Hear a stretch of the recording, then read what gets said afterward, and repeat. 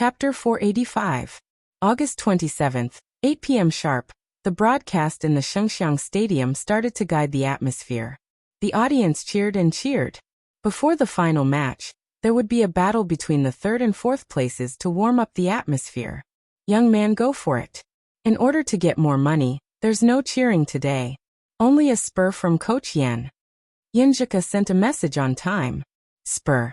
Lu Qing chuckled softly, holding head trembling expression. Weak chicken shivering in fear. Following that, he added another sentence with an on steroids emoji. I can only work harder.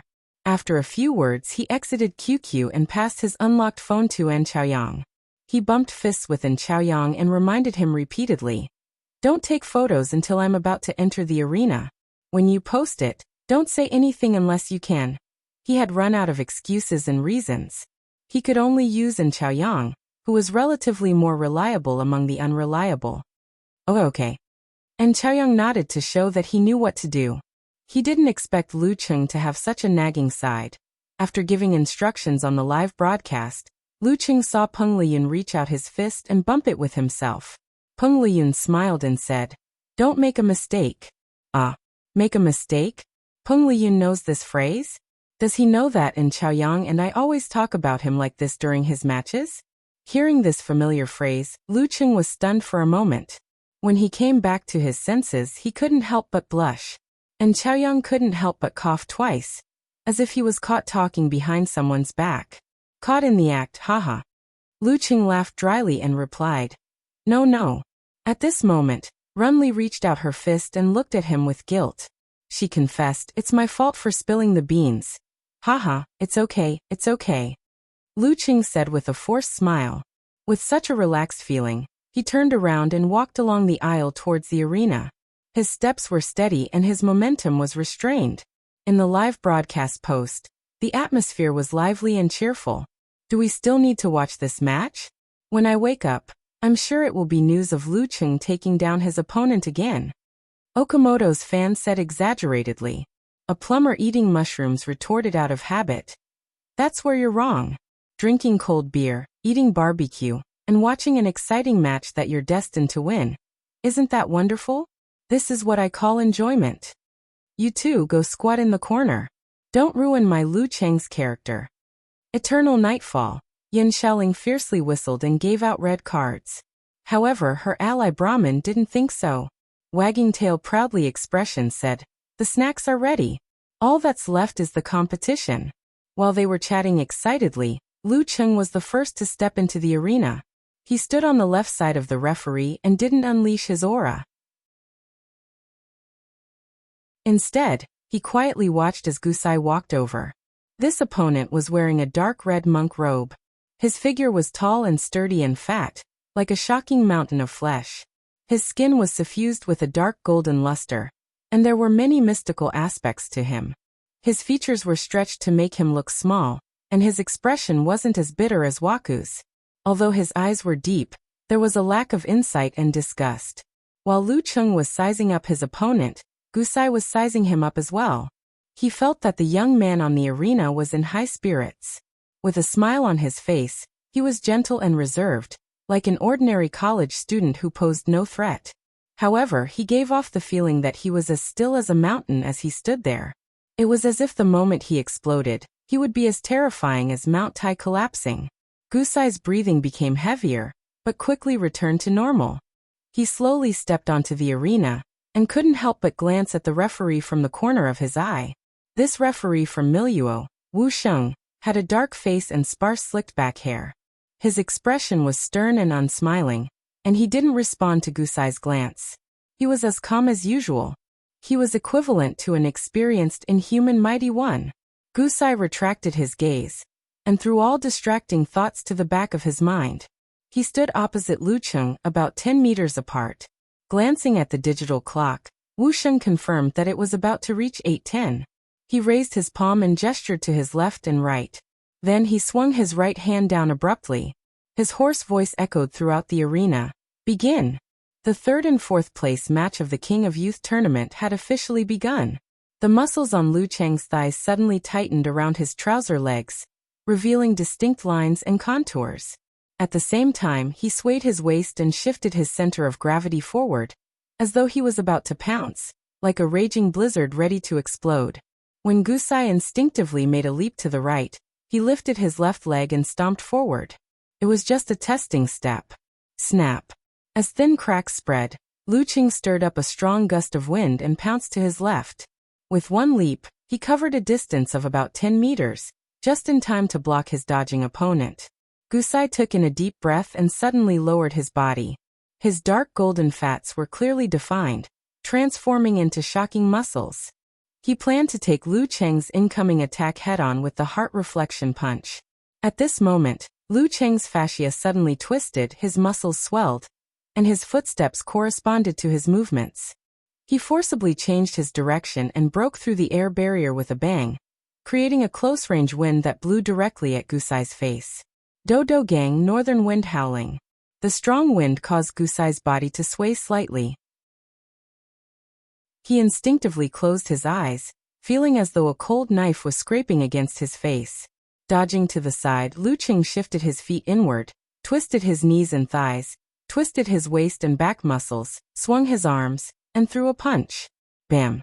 The crisp sound entered Gusai's ears. He didn't have time to use the heart reflection punch. Gathering all the strength in his body, he quickly raised his arm to block to the side. Poof! Lu Cheng's fist landed on his forearm, denting it and rippling his fat, but it didn't shake his opponent's body. Twisting his waist and back, Lu Qing shifted his footsteps again. Just as Gusai turned to face him head-on, Lu Qing circled to the side of his opponent again, bent his elbow, and rammed into him fiercely. Although he wanted to experience the heart reflection punch and its killer move, the fist of the 6 paths of reincarnation, he wasn't going to be as reckless as Peng Liyun, who went head-on without any preparation. He planned to tangle for a while, fully understand the strength of Gusai's fists and legs, before trying it out. That way, if something went wrong, he would be able to detect it immediately and retaliate in time. He wouldn't be forced to the brink of defeat and play with his heart. Bam, bam, bam. With his footwork, Lu Qing weaved through flowers and trees, launching 3 consecutive moves, punches, kicks, and grabs, to complete a close-range confrontation with Gusai. He had a solid grasp of his opponent's strength. This Theravada monk was indeed gifted. His body could withstand and fight, and his strength was on par with Lu Cheng, who was at the inhuman stage. He was only at a slight disadvantage. However, it was clear that they were more inclined towards mental strength and lacked profound fist and leg techniques. With a judgment in mind, Lu Qing pulled away slightly, no longer engaging in close-range combat. He reined in his thoughts and condensed a cold, round mirror that clearly reflected the scene within a few dozen centimeters around him. It was as though his soul had left his body and was floating in the air, looking down on everything around him emotionlessly. Once he got the ice mirror, Lu Qing immediately withdrew his chi and blood, pulled back his arm and quickly swung his elbow. Bam! He threw a punch like lightning, the high-speed friction against the air, and igniting a layer of crimson, almost white flames. It was as though he had put on a flashy glove. With a break, Gusai could finally catch his breath. Channeling his spirit, bitterness surfaced in his eyes. He threw an ordinary straight punch with flowing dark golden light, colliding head-on with Lu Cheng's fire fist. Boom! Flames flew everywhere, and the dark golden light on Gusai's fist faded from the explosion. Affected by both the explosion of Dan force and the shockwave, he took a few steps back, not daring to take it head-on. On the other hand, Lu Qing felt discomfort in his throat. His lungs tightened as though they were burning. He couldn't breathe, as though he was suffering from a serious illness. Not only that, he also experienced the weakness of his body. It was as though he had been bedridden for a long time, no longer able to dominate the arena. Heart reflection punch. Illness. In life, the torment of illness was unavoidable. Everyone would experience it a few times. The memories hidden in Lu Cheng's body were triggered, resonating with Gusai's fist intent. He broke through his past and was infected with a serious illness. His fists and legs became weak, as though he could only watch as his opponent threw a punch at him. His defensive movements were abnormally slow. It was a very real feeling. But in Lu Cheng's condescending view, in the reflection of the ice mirror, his blood was surging, roaring as it circulated. His muscles were young and vigorous, ready to break walls and crack the ground at any time. There was no sign of illness at all. Everything that happened before was an illusion, produced by his brain under the influence of external waves. His brain secreted the corresponding hormones, deepening the sense of reality. It's good to be healthy. Lu Qing couldn't help but sigh as he felt the contrast between his seriously ill body and his real body. He took half a step forward with his left foot, expanding his muscles. His right fist struck out with a bang, blocking Gusai's fist that was trying to sneak up on him. With a muffled bang, both fists seemed to be out of shape. Gusai's monk robe swayed, almost ignited by the flames. He hurriedly took half a step back, a bitter look on his face as he swung his arm in reverse. Heart reflection punch, pain. Lu Qing, of course, chose to take it head-on. He gathered and released his qi and blood, thickening his left arm. He threw a vicious punch without dodging. The surrounding temperature dropped abruptly, condensing into water droplets and white mist. They clustered around the sparkling fist, and as it struck Gusai's forearm, the muscles caved in and turned into fat, and the dark gold turned into a greenish white. In that instant, Gusai was forced back 2 meters, his feet leaving clear marks on the ground. His arms and forearms were covered in white frost, and his lips trembled from the cold. Lu Qing heard his stomach growling and felt an uncontrollable hunger. It was as though he had turned into an ascetic monk, living under strict discipline, enduring the sun and rain, begging for a living, and refusing to eat past noon. Dry and tasteless food, eating without any pleasure, and the discomfort of being so hungry that his hand was about to reach out from his throat assaulted his mind. He couldn't wait to admit defeat, turn around, and rush back to the restaurant to gorge himself on food. No, he should hurry back to his country and feast on the various delicacies he had been missing for a long time. Stir-fried eel, Old Lu's grilled eggplant, roasted beef with potatoes, stewed pork ribs with lotus roots, tomato and egg soup, fish-flavored shredded pork, spicy crab, braised crayfish. Images flashed through Lu Qing's mind, making him more aware of the torment of an ascetic monk. Bam! He mustered all the strength in his body, swung his arms violently, and threw a punch. Fight for the delicacies. Of course, the ice mirror was only a ripple, not broken.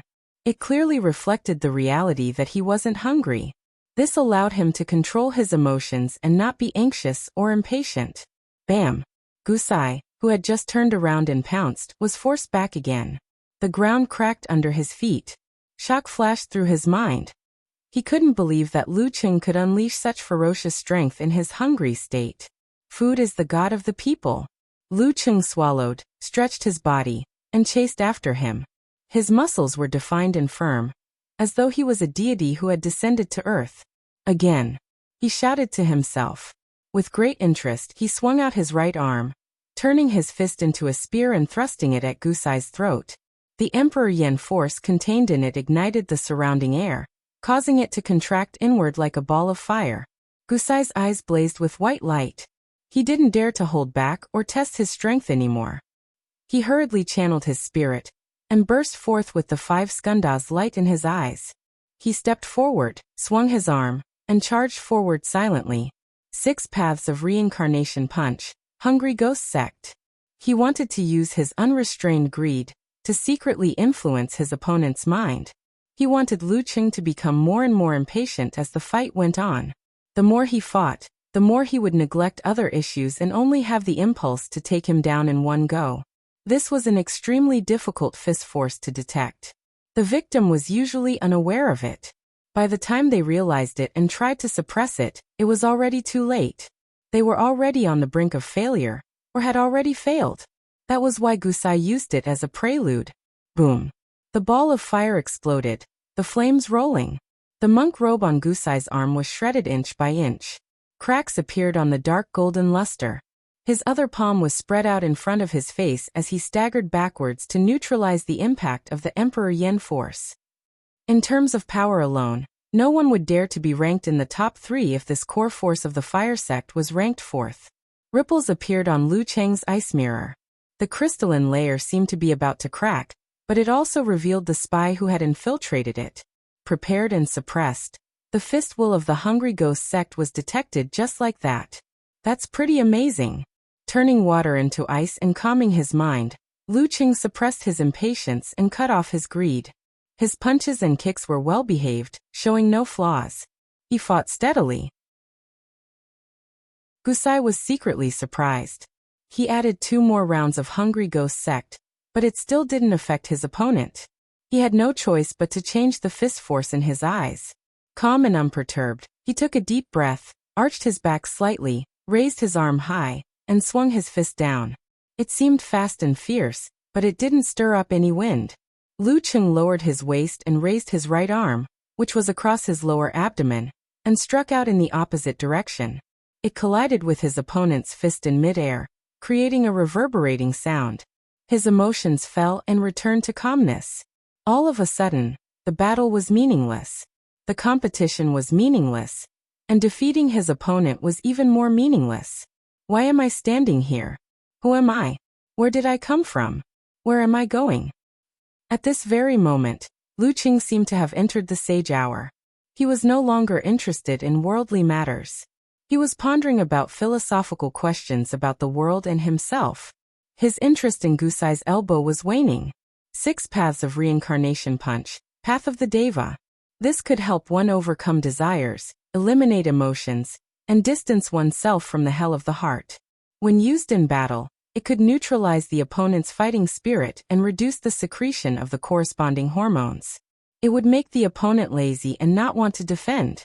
Even if they tried to block instinctively, they wouldn't be able to muster the energy.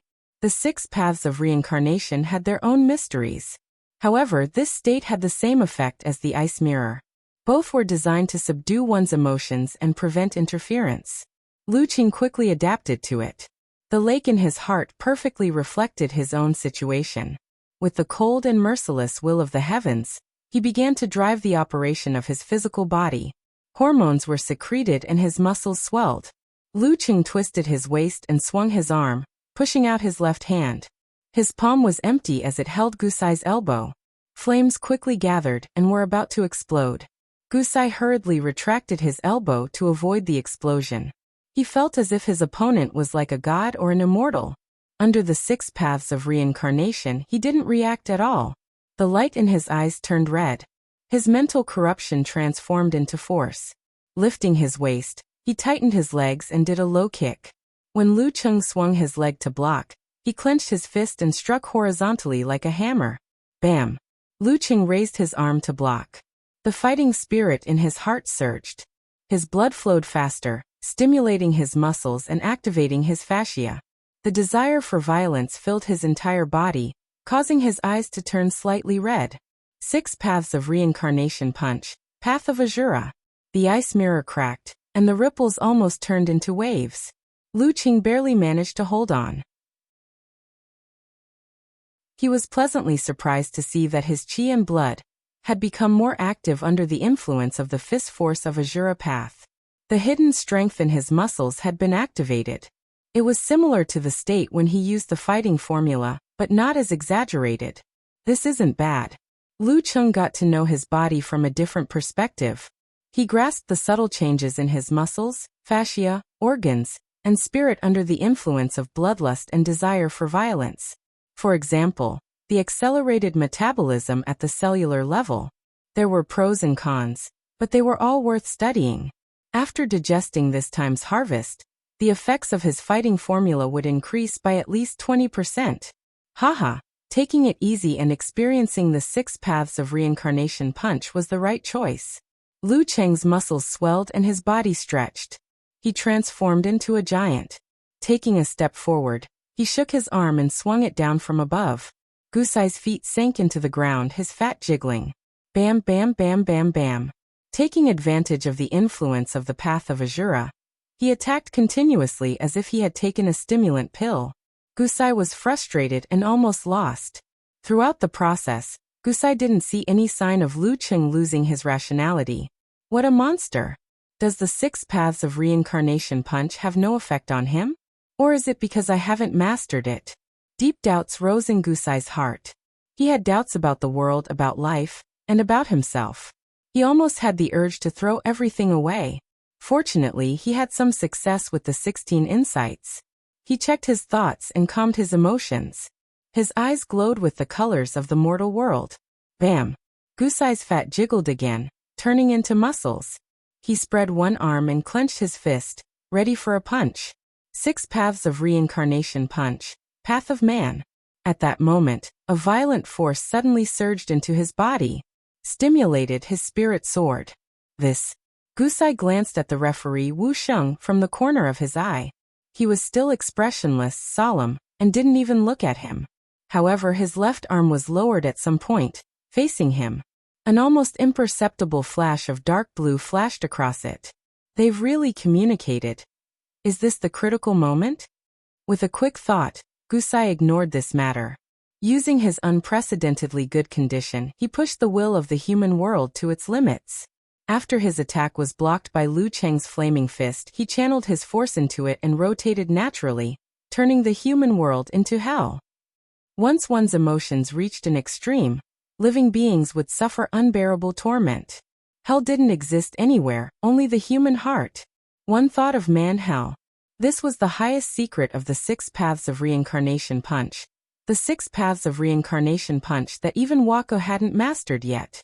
Both the path of man and the path of hell combined. Boom. Emperor Yin force exploded. Waves of fire rolled wildly, forcing Gusai to tilt his body and take a few steps back. Only then did he manage to avoid the brunt of the attack and block the aftershock. Lu Cheng's vision blurred, as if 10 years had passed in an instant. In these 10 years, from the initial passionate exchanges between the two countries, to the time when he and Yanzhika had more things to do, the frequency of their meetings gradually decreased. The content of their chats went from sharing every interesting thing with each other to neglecting some topics due to their busy schedules. Every conversation seemed to have become a mission, becoming more monotonous and less interesting. After 2 or 3 scandals, suspicion grew, and the time spent together became more and more tiring. Unknowingly, this relationship came to an end at that time.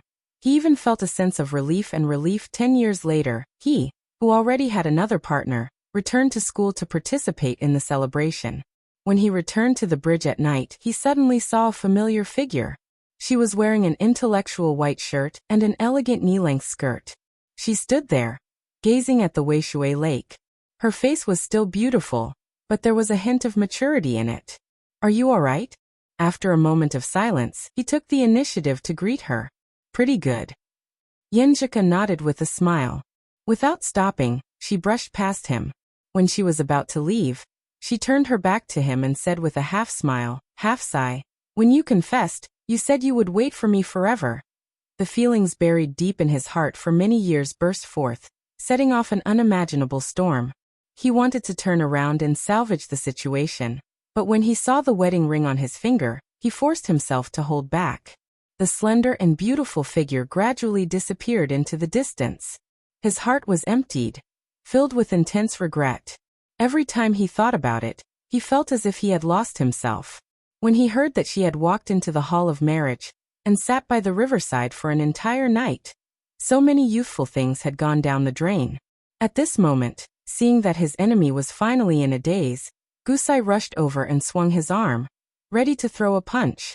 Another 10 years passed, and another long time passed. When his hair turned white, there was no one beside him to sing "When You're Old." Regret filled him, never to disappear. Pain pierced his heart, etched deep in his heart. The scene before him swayed, and he fell into a painful regret, unable to extricate himself. All he wanted was to start all over again and never give up. "No, this is not the future I want." His emotions churned, triggering ice and fire. He wanted to throw a punch at his detestable self and detestable fate. Ice and fire balanced, triggering Nebula. This was the first time he tried it in actual combat since he could slightly manipulate the power of Jindan. He tried his best to make up for what he could, and to redeem what he could. Bam! His body suddenly grew taller, his eyes filled with pain and malevolence as he threw a punch. It was faster than Gusai could imagine, and the cannon punch that won him the victory was hit before it could reach its peak. Boom! Shockwaves exploded. Gusai, who felt the ridiculous pressure, was astonished. His right arm was flung away and bounced back, hitting his chest, shattering the dark gold and almost breaking his bones. Lu Cheng roared, taking a step forward and swinging his fist, hitting his enemy's hastily raised left arm. The violent force was completely unleashed. Bam! Crack! Gusai was sent flying amidst the overlapping sounds. His arm was fractured, his chest caved in, and he almost fainted from the heavy injuries. He stood there in a daze, not understanding what had just happened. The spectators fell into silence, unable to believe what they were seeing. Lu Cheng's 2 punches were terrifying to the extreme, as if he was a ferocious beast in human form, and the external force in Gusai's body was completely dispersed before it could withdraw. Seeing his opponent fall to the ground, powerless to stand, Lu Cheng finally came to his senses. He realized that it was all an illusion that filled him with pain just thinking about it. Is this because my uncertainty and fear of being in a foreign country have been magnified? Although the experience was illusory, it made sense. He had to learn from his experience and not make the same mistake again. He couldn't regret it for the rest of his life. The referee took a deep breath, as if suppressing something. He raised his right hand and shouted hoarsely, "Lu Cheng wins." Lu Cheng shook his head, bowed, and turned to leave the arena. He cursed Peng Liyun and An Chaoyang in his heart as he felt the weakness from using the power of the Jindan. Those 2 unreliable bastards, saying that Gusai's 6 paths of reincarnation punch was just SOSO, and that he could withstand it if he was prepared. Who are they kidding? In the cycle of life just now, he had lost his mind and almost lost. Just as he was about to step onto the stone steps, the referee behind him, Wu Sheng, suddenly opened his mouth and spat out a mouthful of blood, dyeing the pothole in front of him red. The referee? The referee spat blood too? The spectators stared at each other, confused. Why did he spit blood?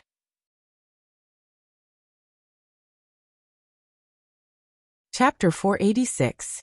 After spitting out a mouthful of blood uncontrollably, Wu Sheng's expression changed instantly. It was so gloomy that it looked like water droplets could drip from it. After creating such an abnormal situation, he could already imagine the shock, guesses, and accusations of others. What was supposed to be a well-hidden and impossible-to-be-exposed matter was now exposed to the audience. His reputation was undoubtedly going to plummet.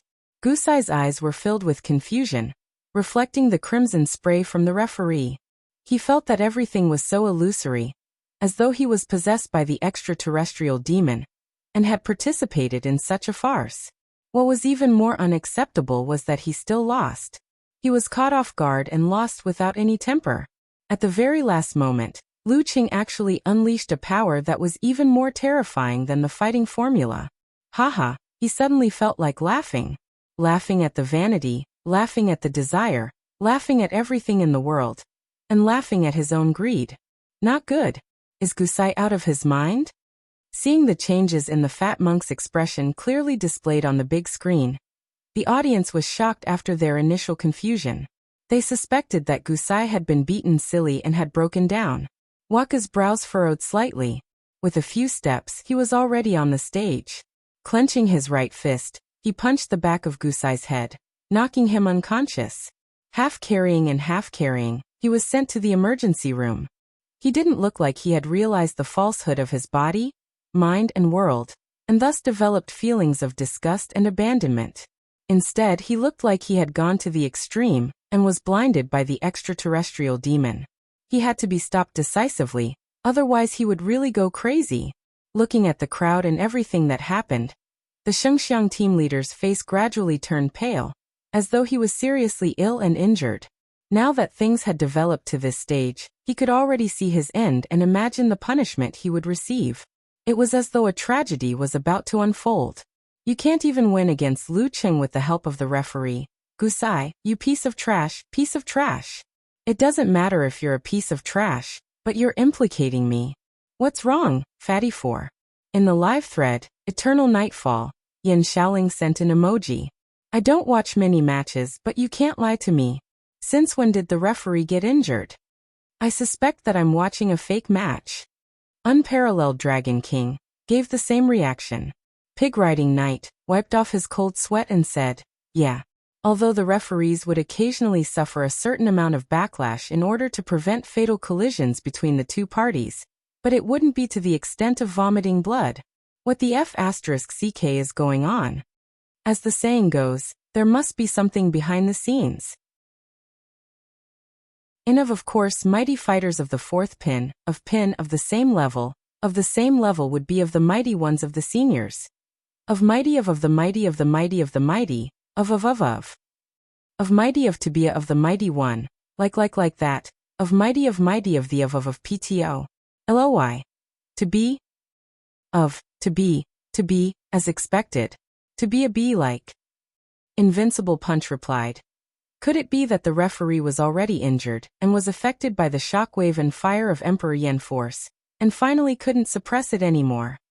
How is that possible? It's not like they can't find another referee. If he's injured, they can just find another one, a plumber eating mushrooms retorted.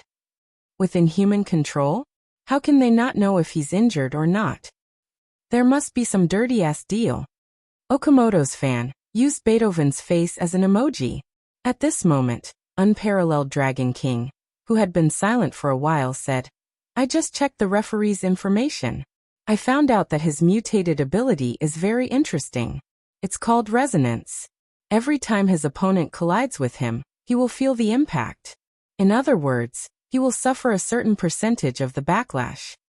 And that sounds a little weird. Since resonance can transmit impacts and damage, can it also transmit positive effects, such as an increase in strength or spirit? Pig riding night throughout a guess in puzzlement. Blind student, you found the highlight. That's what I thought too. The referee used resonance to help Gusai, and wanted him to get third place. Who knew that Lu Qing would suddenly explode and injure Gusai? At that moment, his resonance had yet to be interrupted, so he suffered the corresponding backlash damage. There's no way he would vomit blood for no reason, said Unparalleled Dragon King with an emoji pointing at Conan in front of him. Yaya, so shady. Brahman scored full marks for reading comprehension. Shengxiang is too shameless. Not only is the drawing of lots shady, they even bribed the referee to help. Above the Sky was indignant at such an unfair situation. How sinister. They knew that Lu Cheng had the supernatural ability to reflect curses, so they didn't dare to attack him directly. Therefore, they found a referee who could help Gusai improve. If he really wins, they can just say that the Theravada sect has a secret technique to complete a mental outburst. No one will be able to tell anything from the video, and Lu Qing won't suspect anything either. Clenched fist and pounding table expression. I've seen shameless people, but I've never seen such shameless people. The atmosphere in Nanyang has always been shady. I saw the same speculation in the forums in Japan. They said that Xinjiang, Miluo, and Nanjing all had a record of cheating and bribing referees. They're so heartless and shady. I don't want to play with them in the future. Haha, Lu Qing won 1 against 2. He even made the referee vomit blood, and exposed the truth. That's so satisfying. So satisfying. Let's see how Shengxiang is going to face international public opinion. What's there to be afraid of? What's there to be afraid of? He even won. This is so satisfying. Sarcasm, exclamations, and indignant comments sprung up like bamboo shoots after the rain, making the live post extremely lively. However, because Lu Qing still won 1 versus 2, and even inflicted heavy damage on his opponent and injured the referee, the matter was exposed to the public. Therefore, no one felt sullen or angry. I finally understand what you guys are saying. I'm so angry. I'm going to complain. I'm going to protest. Yan Shaoling finally figured out what was going on. Also, my Adonis is so handsome. Lu Qing has been promoted to your Adonis? Indeed, being able to win against 2 wasn't something that just anyone could do. In the past 10 years, he's the first contestant to make the referee vomit blood. Unparalleled Dragon King sighed, then continued. I think it's useless for you to protest. Shengxiang will definitely not admit to it. Let's wait and see how they explain it. Let's see how weird it is. You can't say that Lu Qing injured the referee with a fart, right? Okamoto's fan said with his omnipotent funny face. Amidst the various opinions, Lu Cheng was also stunned by the situation behind him. He had fought in so many matches and watched so many battle videos, but he had never seen a referee vomit blood. Who would have thought that it would happen to him today? That's strange. He frowned slightly, his thoughts racing as he walked back to the spectator stand. Impressive, winning in a 1v2. Peng Liyan gave him a fist bump. 1 against 2. Lu Cheng came to a realization. The referee is secretly helping Gusai? No wonder his 6 paths of reincarnation became so powerful. I apologize. Priest and hipster are not scammers. The 6 paths of reincarnation became so powerful all of a sudden? Then the referee must have helped. And Chaoyang blurted out, feeling that he had completed the chain of evidence. Let's go besiege. Besiege the referee and demand an explanation. Run Li's eyes lit up, eager to try. Don't make a fuss about this. I'll protest to the officials and get the embassy to step in. Zhong Ningtao quickly pacified the heavenly sons of the era. If they really went on a rampage, they would be equivalent to a mobile ammunition depot. Lu Cheng had already won, so he didn't feel much anger. Instead, he was secretly pleased. Who asked you to trick me? Now you're in trouble. You went for wool and came home shorn. Gusai, so what if someone helped you? I still won, didn't I? And I was fooling around most of the time. He shook his head, annoyed and amused. Then I'll leave it to you, leader. I want to see what reason Xingxiang will come up with. He was now more afraid of what he had experienced in the Wheel of Life. He couldn't wait to take back his phone from Yin Chaoyang and unlock the screen. Yen Zhika had already sent him a message with a dumbfounded expression. Cheng, what happened in the end? Why can't I understand? You defeated Gusai in 2 punches. The referee even vomited blood. The referee might have helped Gusai in secret, so he suffered from the backlash. Lu Cheng skimmed over the matter and changed the topic to what he had experienced in the instant 10 years. In the end, he said with lingering fear, thinking back, I'm still afraid of that regret. There was an indescribable pain in his heart. Yenjika stared blankly at him, then pursed her lips and laughed. She was laughing at the stupid Cheng's fear. Then she chided him. Are you stupid? How can we end up without a cause? If it really comes to that, we still have to go through the divorce procedures. As long as we meet, we'll definitely be reluctant to part with each other, but we'll reconcile. Lu Cheng was stunned. He blushed and replied, Yeah, I forgot about that. We've gotten our marriage certificate. Idiot. Scolded Yenjika. Her fingers flew across the keyboard. But it's good to have such an experience. You have to summarize it seriously, and write down your thoughts. Clearly mark out the things you need to avoid and your mentality. Okay. Nodding vigorously expression. You really need to write a summary and send it to me. I'll supervise you according to the rules. Wiping hair expression. Yenjika replied. Yeah, I'll also look at this summary, often to remind myself what to avoid and never forget my original intention. Due to the uproar and pressure from the Chinese embassy, 10 minutes before the start of the finals, the organizing committee reported the abnormality in the 3rd and 4th place match. The referee of Miluo Wu Sheng has an old injury. He was affected by the explosion created by Lu Cheng, and was injured by his fist wind. He vomited blood. This is not cheating. Sitting in the lounge, Wu Sheng heard the explanation from the broadcast. He clenched his right hand tightly and crushed a metal ball. He would rather be punished by the organizing committee than receive such a description. As an experienced mighty one, he was injured by the fist wind of a junior. Where would he put his face? What is the fist wind? It's the wind brought by the fist. If I can be injured like this, how can I face others in the future? Receiving money is at most a problem with my character, but this is a matter of my pride as a boxer. Haha, the fist wind, the fist wind. In the live broadcast post in various forums, people were pounding the ground and laughing at this explanation. It's just like giving away 300 taels of silver. Strong Lu Cheng. The fist wind hurts the inhuman, and the look in his eyes kills the dance stage. Someone commented.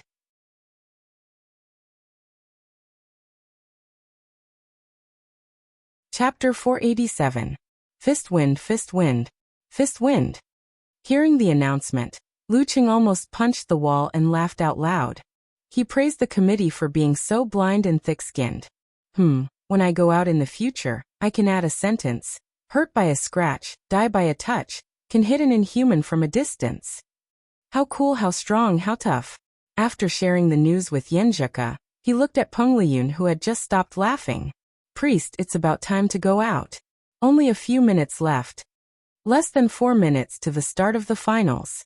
Peng Liyun, who had already changed into his martial arts suit, stood up slowly and walked towards the door of the changing room. After taking 2 steps, he suddenly stopped and looked back at Lu Qing, who was following behind him. He asked in confusion, "What did you call me just now?" "Priest." Lu Qing answered honestly and explained with a smile. "Look, you're a disciple of Shangqing sect and you're studying the mysteries of nature. You're always in a state of cultivation. If you're not a priest, what are you?" Not bad. Peng Liyun didn't have much resistance to the new nickname. He opened the door and walked out. And Chaoyang caught up with him and walked beside him. He glanced at him and said, "Don't tell me you've been thinking of nicknames for us when you have nothing to do these few days?" "No, no such thing." Lu Qing laughed dryly and shook his head. "Do I look like such a boring person? It's just that when I'm chatting with Talker, that guy always brings me in this direction." And Chaoyang didn't believe him and asked, "Tell me, what's the nickname you gave me? I can accept it if it's not too weird." "Hipster artistic youth," Lu Qing answered without hesitation. And Chaoyang heaved a sigh of relief and nodded with a smile. "It suits me." Looks like Lu Qing really thinks that I'm more reliable from the bottom of his heart. The corner of Lu Qing's mouth twitched. He didn't know how to explain that the hipster, in his context, was someone who lived in his own world and liked to be sentimental. Once he entered the real world, he would always be out of tune and make people feel uneasy. "Oh yeah. What nickname did you give Renli?" And Chaoyang asked curiously as he looked at Renli, who was being watched closely by the team leader. Lu Qing laughed and denied without hesitation. "No, I really don't." "Really?" And Chaoyang asked. "Yes." Lu Qing answered seriously. Seeing this, and Chaoyang did not ask further, and threw the matter to the back of his mind. Lu Qing heaved a sigh of relief and wiped the non-existent cold sweat. He almost never gave girls nicknames because he felt that it was disrespectful. However, if Renli found out about his casual discussion with Little Ming, she would probably chase him down several streets. That day, that night, that conversation went like this. What kind of person is Renli normally?"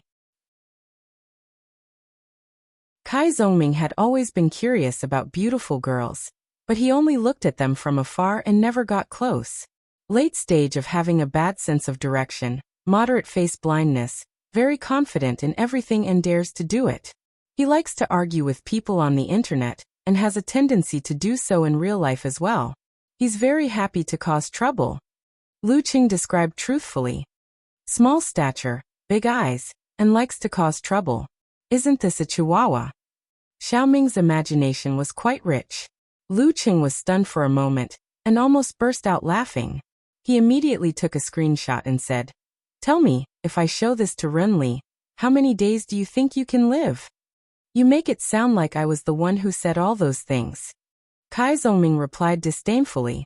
"Come on, let's hurt each other. You and I are different. I have the ability to protect myself, but you don't. Renli even knows how to curse."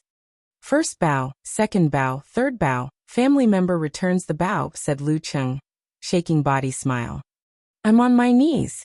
Kai Zongming immediately sent a kneeling emoji and started to beg for mercy shamelessly. After thinking about it, Lu Qing decided to pretend that this never happened. He tilted his head and smiled politely at Renli. He sat on the spectator stand and watched Peng Liyun walk up the stone stairs. 2 minutes later, both parties stood at about 13 to 14 meters apart. The referee started to look at the clock, waiting for the hour. "How do you think Taoist will start the match?" And Chaoyang asked Lu Qing with interest. "You're pretty good at learning nicknames." Lu Qing thought. "Kaori Karasawa has the Xidagarba takedown. If you use the flash attack, you'll be at a disadvantage. If it were me, I'd purposely slow down and wait for the opponent to make the first move. Since there's still a distance of about 10 meters, there's enough time to react accordingly." Renly happily joined in the discussion. While they were conversing, the referee raised his right hand and swung it down abruptly. He shouted, "Begin." The last match of the competition officially began. The winner ascended to the throne, and the loser was no different from the rest. Just as the referee finished speaking, Kaori Karasawa leaned her body slightly, took a step forward with her left foot, and appeared in a position where she could attack Peng Liyun in an instant. The distance of 10 meters seemed like an illusion to the audience. Shinjai sect, shrinking ground. Bam! The airflow formed a barrier and was knocked away. Kaori Karasawa's right fist, which was placed on the left side of her waist, was about to pull out for a reverse chop. Shrinking ground, pulling out the sword. The two were connected smoothly as if it was only one movement. It was unusually tight and perfect. Compared to the battle with Lu Cheng, Kaori Karasawa had given it her all. However, before she could swing her right arm, a palm flashing with silver-white lightning appeared on the back of her fist. The palm pressed down and pressed the glowing long saber back into the scabbard. Similar to the judgment of the 3 members of the unreliable heavenly band, Peng Liyun slowed down for half a beat before making his move. Leaping half a step towards Kaori Karasawa, he closed in and pressed his right palm at lightning speed, breaking her pulling out. Amidst the crackling lightning, he twisted his waist and smashed his left elbow towards his opponent, forcing Kaori Karasawa to pull the right side of her body away from the front to the side. As she dodged, she flicked her scabbard and swung her left fist upwards, creating a streak of white light. Within the confines of the arena, the two of them exchanged blows and collided repeatedly. They used all of their skills in close-quarters combat, grappling, and joint techniques to the fullest. At times, there would be loud bangs, and at other times, there would be silent entanglements. It was a thrilling sight. It was a feast for the eyes of Lu Cheng and the rest. They took the opportunity to examine themselves and look for problems. Priest's initial response was just as we expected. That means he wasn't careless. It wasn't easy. Apart from the battle with Renli, he was finally not reckless. In the midst of the battle, Peng Liyun, who had been monitoring the slightest movements with a portion of his attention, suddenly heard an undetectable crack. It was heavy and powerful, making one's heart tremble. "Good timing," Peng Liyun exclaimed.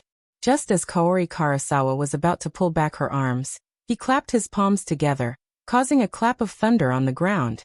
Boom! The thunder was deafening and shook one's mind. Kaori Karasawa's head buzzed. The force of the flying dragon takedown that she had been accumulating was almost dispersed, causing her hand movements to slow down. It was this delay that allowed Peng Liyun to separate his palms and pull out a thin, flashing thunder sword. At this point, even if the flying dragon takedown could be released, it wouldn't make it in time. No matter how fast it was, could it be faster than lightning? Lightning flashed and struck Kaori Karasawa, leaving behind a charred mark. Her muscles trembled from the impact, and the momentum she had accumulated dissipated. Crack! Peng Liyun stepped on the ground and rushed over. Visualizing a green jade talisman, he struck out with the Thunder Seal Fist. Kaori Karasawa wasn't severely paralyzed and woke up in time. Her body glowed with a white glow. Her clothes suddenly puffed up. Her right arm struck out horizontally, narrowly hitting her opponent's fist. Her hair was a little fluffy and her arm was surrounded by lightning, giving off a burnt smell and faint smoke. But it was enough to make Peng Liyun's body wobble. His right hand hurt and he instinctively swung it. Thump, thump, thump. Kaori Karasawa took the initiative to back away and create some distance between them. She was trying to buy time to dispel the paralysis with the chi she had cultivated. When Peng Liyun pounced on her again, she arched her body slightly, producing a soft crack. This time it was faster and more urgent than the previous time. Her opponent didn't even have time to unleash the thunder from a clear sky. Shinjai sect, flying bird takedown. Bam! Amidst the explosive sound, Kaori Karasawa pulled back her left arm, leaving behind afterimages as she struck at her opponent. At this critical moment, she couldn't care less that the battle had only been going on for 2 to 3 minutes. Peng Liyun lowered his waist. When his footsteps came to a halt, his body jerked backward, changing the direction of his fist as though he was trying to pry open a boulder. It bounced upwards and accurately broke through Kaori Karasawa's blade gleam. It hit her arm and blocked her opponent's counterattack. But Kaori Karasawa's right hand was already in the shape of a blade. She slashed out continuously at the same speed and with the same ferocity. She looked like she wanted to end the battle in an instant. At this moment, the sound of a vortex spinning madly came from Peng Liyun's body. It was stacked on top of one another, brimming with an obvious sense of accumulating strength. A strong repulsive force was suddenly produced between him and Kaori Karasawa. It obstructed his opponent's attack and slowed her speed. Bam! Peng Liyun threw out a punch, hitting the side of the blade. He used the repulsive force and the rebound to leap back, widening the distance between them. This prevented Kaori Karasawa's triple aerial attack from completing, and had to be stopped prematurely. No matter how fast the blade was, it was useless if it couldn't hit the opponent. However, Kaori Karasawa managed to stabilize the situation, and was no longer in a precarious situation like before. As the fierce battle resumed, she became more cautious. She knew that Peng Liyun had most likely learned the secret of the flying dragon takedown from Lu Cheng. Hence, she didn't dare to use this sure kill move recklessly. She didn't want to expose her weakness and be caught by her opponent, putting her in a passive position like before. Without the deterrence of the flying dragon takedown and lacking a weapon, Kaori Karasawa was gradually at a disadvantage in terms of punches and kicks. She was accumulating more and more numbness, and had to divert quite a bit of her chi to neutralize it. If it wasn't for the fact that she still had the aerial attack to force Peng Liyun back, and that her opponent had to spend some effort on defending against the flying dragon takedown, she would have already swallowed the bitter pill of defeat. After a few minutes, Kaori Karasawa knew that this couldn't go on. With a thought, she came up with a plan. At this moment, Peng Liyun heard the faint but deep cracking sound again. Without hesitation, he clapped his palms together again, and created the thunder from a clear sky. Amidst the rumbling sound, Kaori Karasawa's eyes didn't waver, as though she had been prepared for it. She took a step forward and dodged to the side in an attempt to let the cloudless thunder blade strike empty air. She had prepared for the flying dragon takedown to trick Peng Liyun into making the first move. Then she would seize the fleeting opportunity to execute the sure kill move and destroy the enemy. The cracking sound came again. Kaori Karasawa's expression changed because Peng Liyun's palms were still tightly clasped together. In order to maintain this state, sweat beaded on his forehead. It was very strenuous for him. The cloudless thunder blade could be activated with delay. After knowing that Kaori Karasawa wouldn't use the flying dragon takedown again, how could Peng Liyun not be on guard? Bam! A flash of silver struck Kaori Karasawa again, paralyzing her entire body and causing her to tremble. She no longer had the energy to execute the flying dragon takedown, or the flying bird takedown. Taking a step forward, Peng Liyun struck out with the machine punch. As his chi and blood retracted and his tendons tightened, he attacked wildly, almost creating a series of afterimages. Still numb, Kaori Karasawa blocked a few blows before she couldn't keep up with the movements. She could only watch as her opponent's fist stopped in front of her. She heard the referee announce the result. Peng Liyun wins. Phew. Peng Liyun exhaled, but felt a little regretful. Sigh, I didn't get to experience the flying dragon takedown for myself. But then again, if it wasn't for Lu Cheng's warning, this battle would have been very difficult for him. There was even a high chance that he would have lost.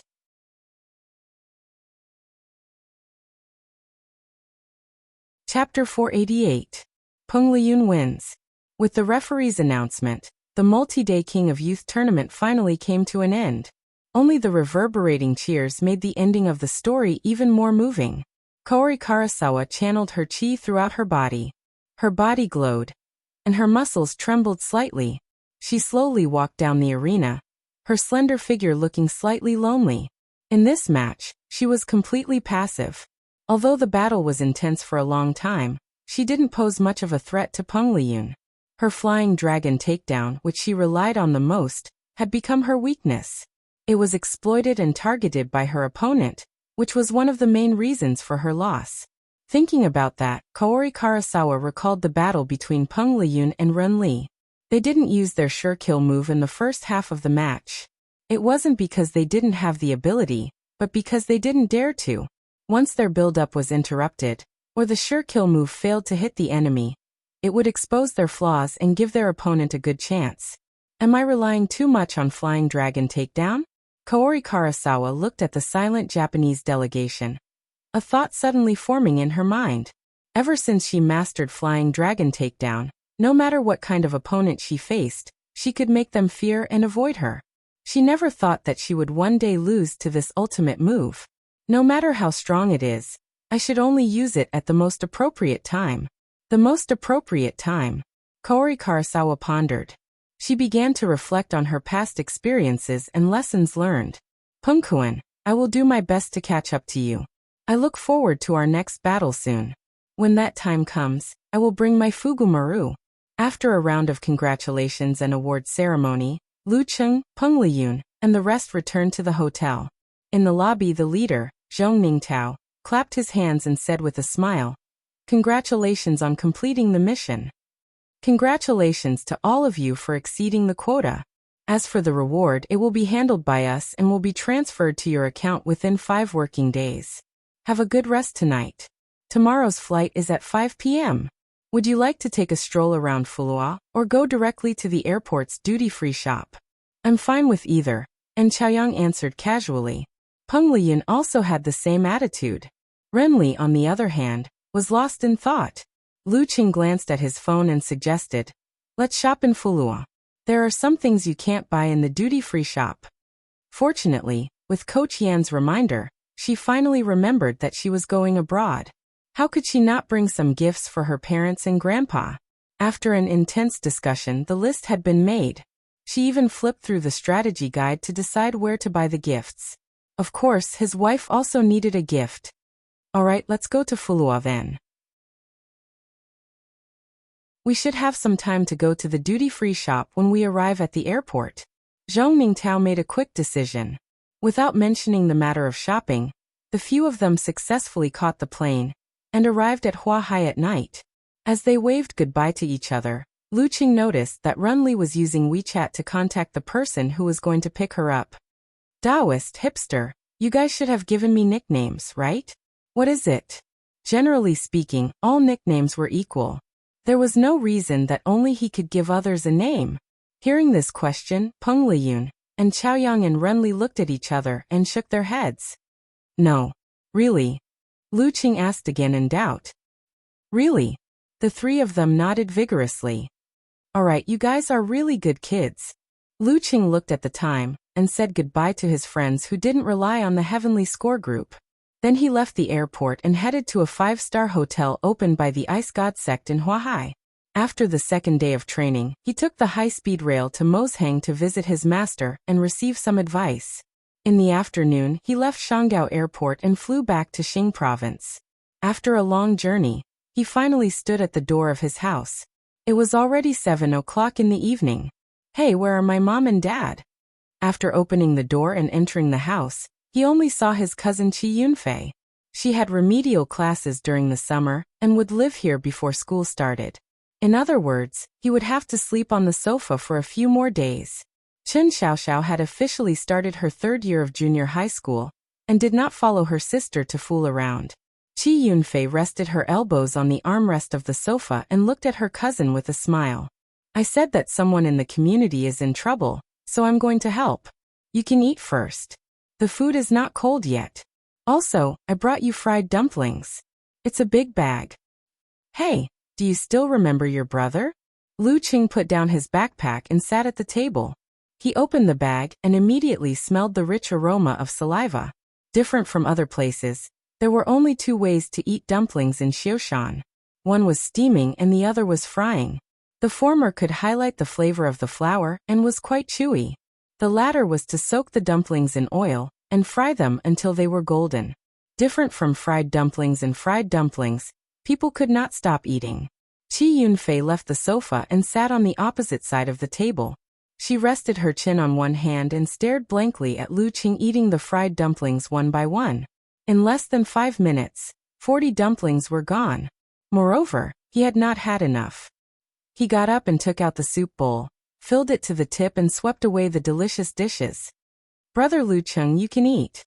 Qi Yunfei opened her mouth and said blankly. Compared to the last time she saw him, he could eat a lot more. Lu Cheng put down the bowl and chopsticks, clenched his right hand into a fist and waved it. Otherwise, where do you think I got the strength to hit people? Speaking of this, Qi Yunfei's eyes immediately became bright. She said regretfully, Brother Lu Cheng, you are not like before. In the summer, you would be shirtless. Isn't that nonsense? I have the supernatural ability of frost. Why would I be afraid of heat? Lu Cheng laughed and scolded. And I am old. I have to be polite. You seem to be very disappointed? Yes, yes. Qi Yunfei nodded without hiding. I wanted to take a few photos while you were shirtless. At that time, the girls in our class would kneel down and call me sister. She had a silly smile on her face as she fell into her fantasies. Her cousin's current figure really made girls drool. And there were so many people in the whole grade who liked and worshipped him. Lu Cheng's mouth twitched. He thought for a while and said with a smile, Fei Fei, how was the final exam? Qi Yunfei returned to the human world and said hesitantly, More than 20 in the class. About 30. Which subjects did you not do well in? I remember you are very afraid of mathematics and physics. Lu Cheng kept smiling and continued to ask.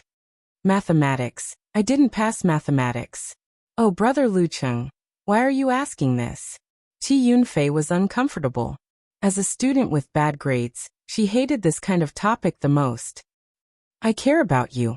I am your brother. Lu Cheng answered seriously. How many marks did you get in mathematics? Physics? Chemistry? Have you finished your summer homework? Qi Yunfei laughed and suddenly stood up.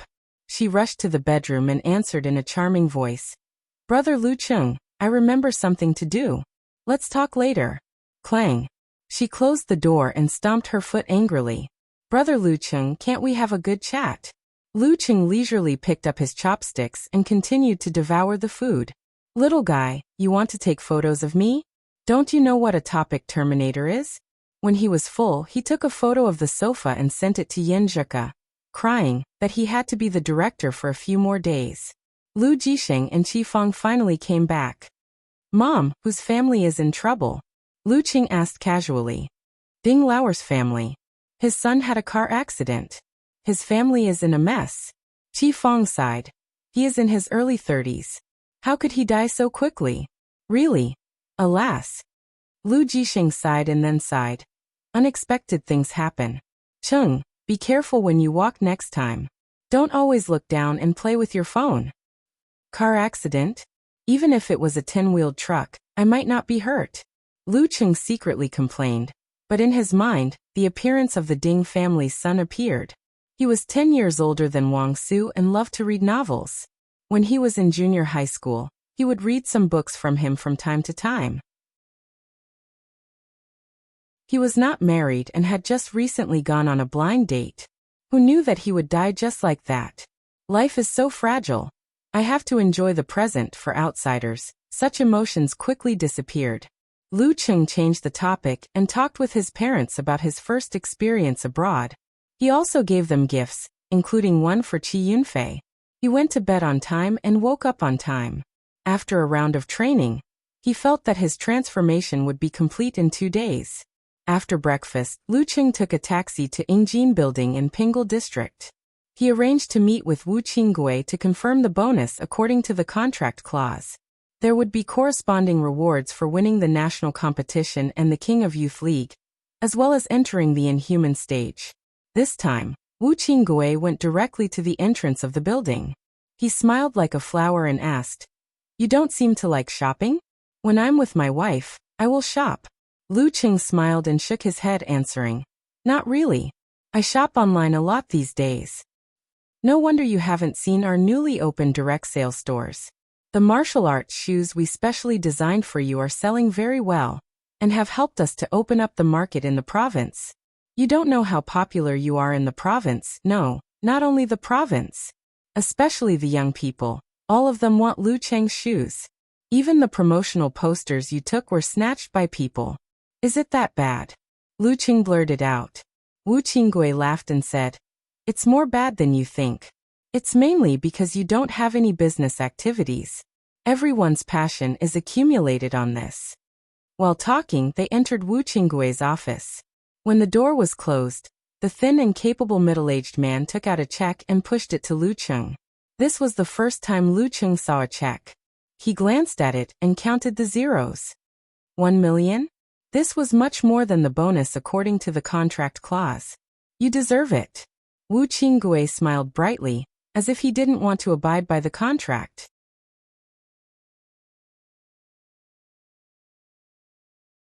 Chapter 489. Seeing that Lu Qing was still hesitating, Wu Qinggui quickly added, "The profits you've brought to our company are completely worth this bonus. If you're worried and afraid of any disputes, we can sign a supplementary agreement. To be honest, with your current strength, identity, and status, if I really dared to cheat you, wouldn't that be suicide? Do you think I'm tired of living?" Speaking of this, he couldn't help but sigh. "When I signed the contract with you at the beginning of the year, I was already very optimistic about your development. Who would have thought that in just half a year, you would reach the inhuman stage and even win the University Martial Arts Tournament Championship? The number of fans on Weibo and the number of followers on the forum has been increasing rapidly. Even a man in his early 40s like him found it unrealistic and dreamy. That contract back then was simply too worth it. You flatter me." Lu Qing smiled modestly. Ever since he participated in the University Martial Arts Tournament finals, the number of fans on Weibo had been increasing rapidly, especially after he won the championship. When the popularity of the King of Youth League of Four Nations started to rise again, it started to steadily increase. He checked last night and found that there were about 300,000 followers.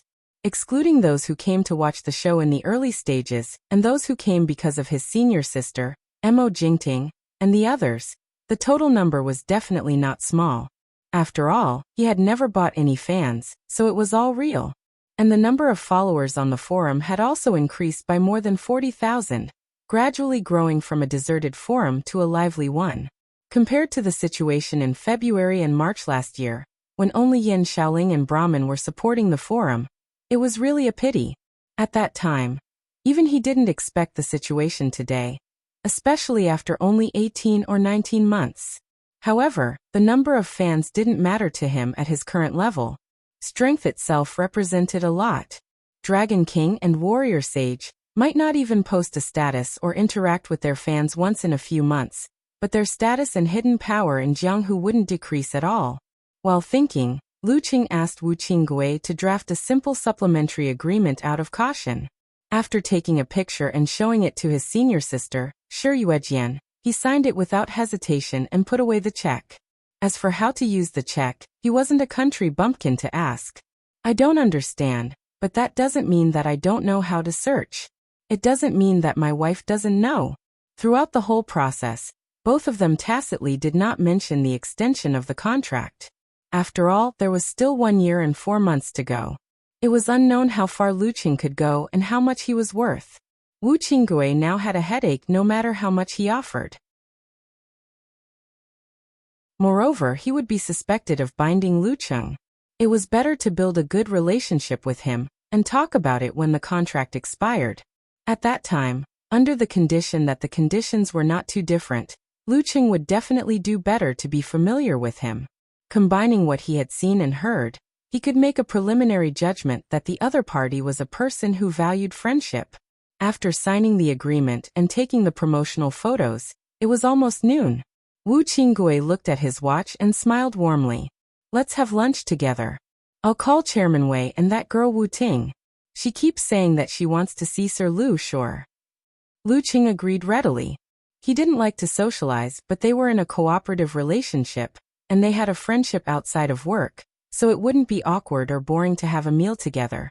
More importantly, his mom had gone to the Ding family to help out and didn't have time to make lunch for him. It didn't matter where he ate.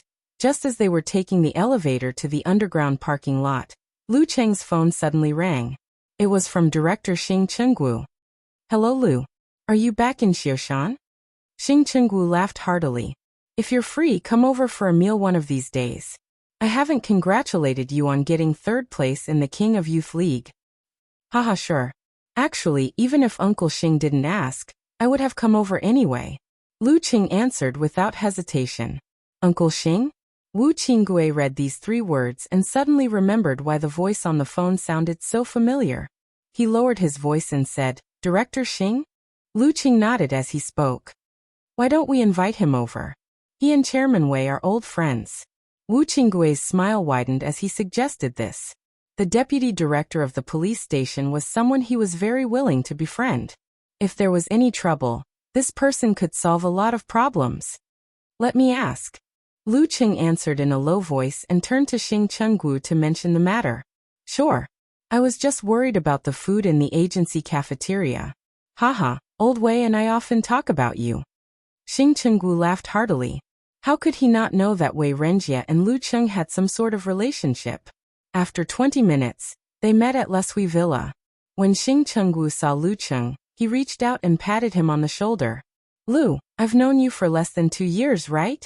I'm no match for you now. Sigh, I've spent most of my time doing paperwork. I've also been greeting people. I don't get more than 3 opportunities a year for actual combat. When I want to spar with my subordinates, they're all so reserved. Boring. Xing Chenggu sighed and reminisced. My hands and feet are rusty. Only the gold jade body is still acceptable. There's no hope for me to improve further. To use an illusion, it's the resurrection of a dead body. Lu Cheng silently helped Director Xing to summarize. He laughed and asked, I heard that Sister Jingjing is going to Huahai in the middle of the month? This was what he had heard from Ku. That's right. And Qiaoyang has graduated. I'm afraid that Huahai will be going downhill for a period of time. That girl Jingjing, in the words of the TV series, is cold on the outside but warm on the inside. She has been training hard in martial arts, wanting to help support the martial arts club. For this matter, she even specially rushed to Huahai early, wanting to find connections to help improve her ability. Hearing Lu Qing call her Sister Jingjing so familiarly, Xing Chenggu comforted him. But seeing how much you've improved, her efforts are probably in vain.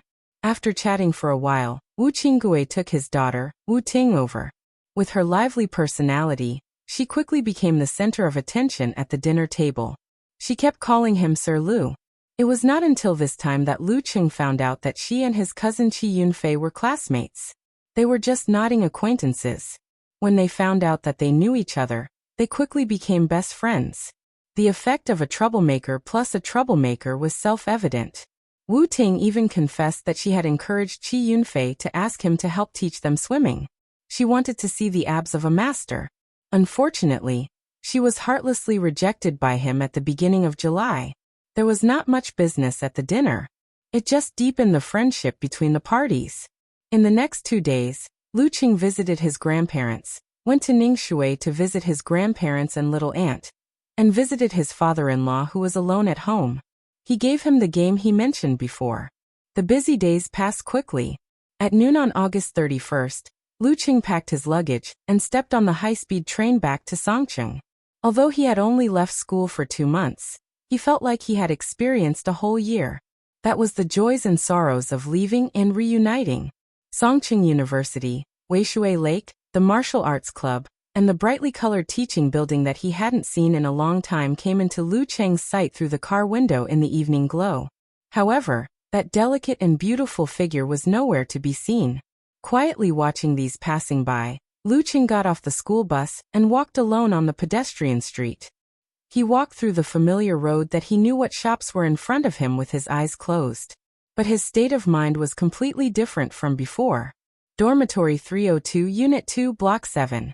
He turned on the light in the living room and lit up the dim room. After putting his backpack in the small dormitory where the study maniacs were no longer, Lu Qing knocked on the door next door. Who is it? Kai Zongming's magnetic voice came out. Lu Qing did not answer. He turned the doorknob and opened the door. He saw Kai Zongming multitasking. The computer was playing an entertainment program, and the mobile phone in his palm was at the critical moment of the game. But his mouth was close to the Coke on the right side of the desk, biting the straw. Hey, is it cool? Lu Qing laughed and suggested, "Let's go and eat." Kai Zongming spat out a mouthful of Coke, spraying it all over the computer screen. He forgot about the game, looked up and blurted out in surprise, "You're asking me to eat with you? Where's your girlfriend?" Ever since he started dating Yanjika, Cheng had almost never asked him to go to the canteen.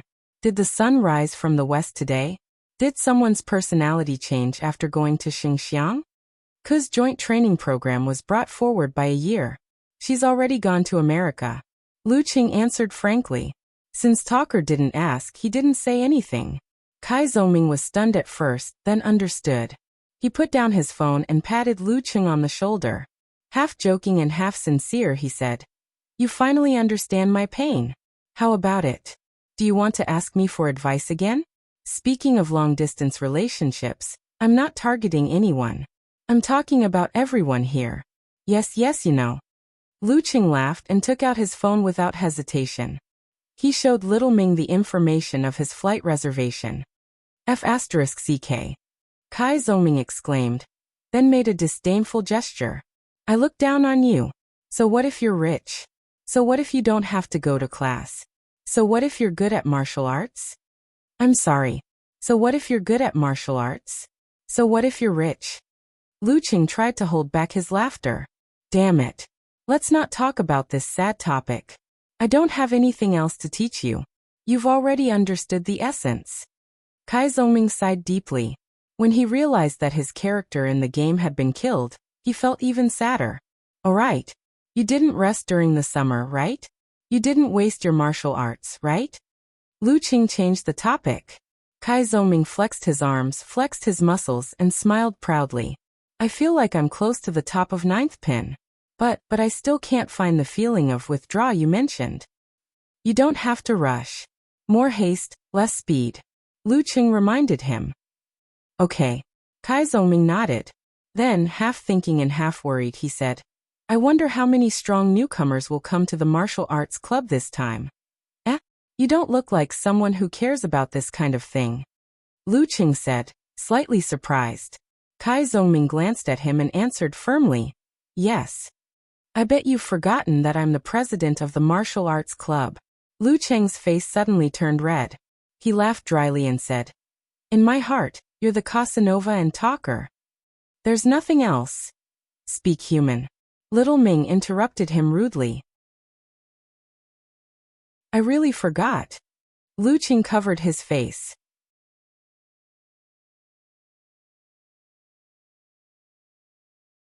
Chapter 490. In a cafeteria of Songqing University, Lu Qing and Kai Zongming had plates of dishes placed in front of them. "What did you say? Coach sure has left too?" Little Ming blurted out in surprise when he heard the news. Why did it feel like all the monkeys had left after winning the national championship? Bah, who's the monkey? Senior brother Sun Jian and senior sister Lin Hua had left the martial arts club. The grim smiler Lin Ke had returned to Shushan's study to recuperate. It was said that he wouldn't be back. Now, even Coach Sher had left Songqing University. If it weren't for Cheng, the other members of the martial arts club would have suspected that they had entered the wrong door after their summer vacation. Yeah. Lu Qing ate a mouthful of rice and swallowed it along with the shredded pork in his mouth. He smiled and said, "Isn't this normal? Isn't it enough for a mighty one with physical invulnerability to play with us for 2 years? Don't worry. The school will find a teacher with martial arts to do part-time work, but he will mainly be the leader. Most of the time, I'll still be the one guiding you guys. I'm a new inhuman, and a heavenly son of the age. It's enough to guide you guys." "Damn, Cheng, you're so proud of yourself." Kai Zongming criticized him angrily. The worry in his heart dissipated. "But don't you have to fly to and from America every month to be a flying man?" In order to maintain their relationship, Cheng had to work very hard. "Half a month to guide you guys and half a month to practice on my own. You see, my master doesn't usually guide you and only occasionally corrects you guys. Since everyone is already at the entry level and has already learned what you need to learn, there's not much more to teach.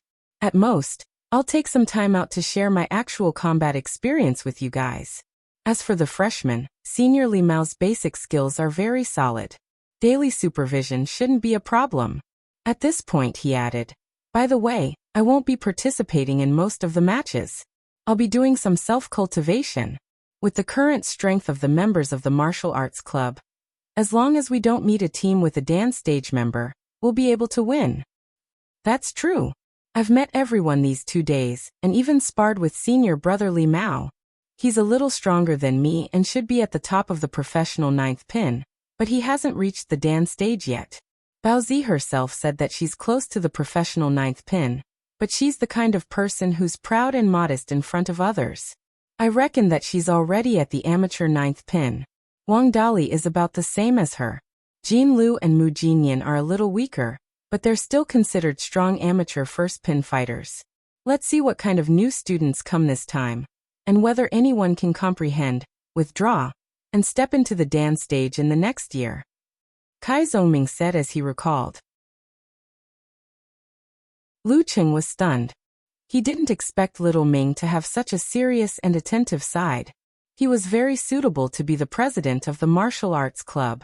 Apart from senior brother Li Mao, if anyone can reach the Dan stage in the next year, then our martial arts club will have a successor and won't decline all of a sudden.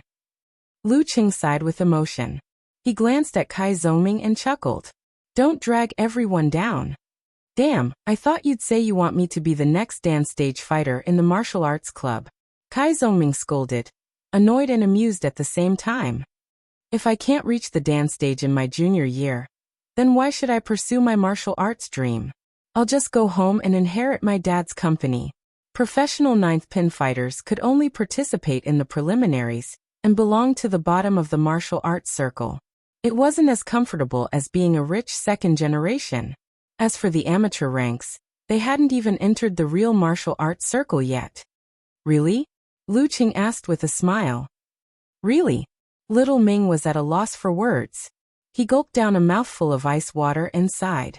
I can give it a try in my senior year. If I can't reach the Dan stage before the age of 25, then it'll be really boring. Why are you getting further and further away from the topic? Lu Cheng teased. Don't you have confidence in yourself? I'm just assuming the worst-case scenario. Kai Zongming snorted. Although I'm not as abnormal as you, I'm still one of the top 3 people in the martial arts club for many years. Me Lin K, all of us improve faster than you. Lu Cheng exposed talker's bullsh *t. Don't you understand human language? I mean, excluding abnormal people like you, I'm one of the top 3. You're alone. Kai Zongming was so angry that he laughed. While talking and laughing, they finished dinner and headed to the martial arts club. Half of it was for digestion, and half of it was a return in a sense. Songqing University's martial arts gym was brightly lit. Many students came to work out and train. Lu Cheng looked around and felt very gratified. After 2 years, the atmosphere here was getting better and better. At this moment, he saw a familiar figure from the corner of his eye. Qiu Zhigao, old Qiu, was wiping his sweat as he entered the strength training gym. Old Qiu came here a few days early. He practiced in the morning, at night, and during the day, he studied by himself. I'm embarrassed to be lazy. Kai Zongming followed Lu Cheng's gaze. If he was like this in his first year, with his strong body, who would believe that he's not at least an amateur of 3rd pin? Embarrassed to be lazy? Then who was the one who was multitasking? Lu Cheng smiled and shook his head. He sighed and said, Old Qiu didn't make the wrong choice. At least his grades are much better than ours. If he can improve his martial arts this year, it will be relatively easy for him to find a job in his 4th year, and the salary will be good too. His family is not very rich, so he can only make the most practical choice. Not everyone can talk about dreams. Are you mocking me? Kai Zongming said self-deprecatingly. Then he changed the topic to other roommates. Model worker is very similar to you. Besides accompanying his girlfriend, all he does is study programming. I heard from Chang that he's pretty good. How about Chang himself? Lu Cheng asked with interest. His grades have always been in the top few in our specialization. The counselor hinted to him that if he kept this up for another year, he would probably be admitted to the postgraduate school. Beast failed 2 subjects and passed the retest after paying the tuition fee. But he didn't care. His family is not short of money. Old Mao and his girlfriend both planned to take the postgraduate school entrance exam. Godman failed a few more subjects and was scolded by the counselor. He said that if he continued like this, he would be expelled. Kai Zhongming said one by one. Godman was Tang Wen, a serious game enthusiast who could really forget the time of the exam. Lu Qing sighed when he heard this. He was busy with dating and practicing martial arts. He went to bed early and woke up early, so he didn't have much interaction with his roommates. Now that he heard Little Ming's words, he realized that the past 2 years had left traces on everyone. He was about to say something when he suddenly saw a boy walking towards him. The boy was about 1.8 meters tall, with a handsome face and a strong body. His chi and blood were so vigorous that it almost materialized. At least strong 9. Lu Qing whispered. This should be the new first-year student. In other years, except for the martial arts club, there was no such awesome existence. And how could he not know the members of the martial arts club? The boy ran towards him with small steps and shouted with a bright smile. Senior Lu, hello, I'm Deng Yang, a disciple of Shizhou Island. I entered Songqing University this year and just turned 18. At this point, he paused for a moment and added excitedly, You're my idol. This guy is really friendly. Lu Qing couldn't help but criticize him in his heart. 18 years old, professional ninth pin, vigorous chi and blood, and a direct disciple of a big sect. This is not much different from Fang Zhirong and the others. Lu Qing smiled and said, We were just talking about whether there would be any geniuses coming to Songqing University Martial Arts Club this year. Now I'm relieved. We'll recruit after the military training, but you can come with us tomorrow for special training. We'll help you apply for no military training. Okay. Deng Yang replied excitedly and then said firmly, Senior Lu, there are no geniuses in front of you. Not bad, he's good with words. He's a good seedling. Lu Qing almost laughed. After a few more words of greeting, Deng Yang waved goodbye and went back to training. Kai Zhongming was relieved and said, Seems like he's easy to get along with. What are you worried about? If there really is a thorn, I can handle it with one hand. Lu Qing sensed Little Ming's worry. But you go to America once a month, and each trip takes 15 days. If we really meet a strong freshman with bad character, we'll be in a difficult position. Kai Zhongming looked at Lu Qing with disdain. We can't beat them, and we can't control them. What else can we do? Gang fight. It's not like Peng Liyun and Run Li, who are in dance stage, will come. Why don't you wait for me to come back and deal with them? Lu Qing didn't think it was a big deal. Good martial arts are so amazing. Why do I feel like I've been bullied and called for help? Kai Zhongming laughed at himself. If you really want to call me your parent, I don't mind. Lu Qing deliberately dragged the last word. Get lost. Little Ming said concisely. In the dormitory of the Academy of Arts, He pushed open the door of the small dormitory. She looked around and asked, Jinjin, where's Xiaoling? Mu Jinyan looked away from the computer screensaver and pointed outside. She went to the balcony to answer a call. Well, I have something to ask her. He explained casually and went out again. She waited outside the glass door of the balcony. She waited for 2 minutes but didn't hear any voice outside. Her heart skipped a beat. She turned the doorknob and entered the balcony. Looking out, she found Yan Xiaoling squatting in the corner, biting her lips with red eyes. What's wrong? He asked with concern. Nothing. Something happened at home. Yan Xiaoling stood up hurriedly and wiped her face, revealing her signature silly smile. You came to the balcony to make a call too? What a coincidence. No, I just came to ask you one thing. Are you going to participate in this semester's special training? He returned to the topic. Special training? What does this mean? It means I'll have to say goodbye to lazing around in bed, and I'll have very little time to watch TV, QQ, or play games. Yan Xiaoling hesitated. Didn't you say you wanted to participate in the special training last semester? You said you had perseverance and willpower. You even downloaded a training app to supervise yourself. Do you want to prove it to me? He mocked deliberately. And the result? I persisted for 7 days. Yan Xiaoling answered evasively. Then she said confidently, You know me. I'm always short-tempered. My interest will be gone soon. You're quite proud. He was speechless. The next morning after the training, Lu Qing felt the complete transformation of his body. He took out his phone and sent a message to Yan Zhika. Coach Lu is coming online.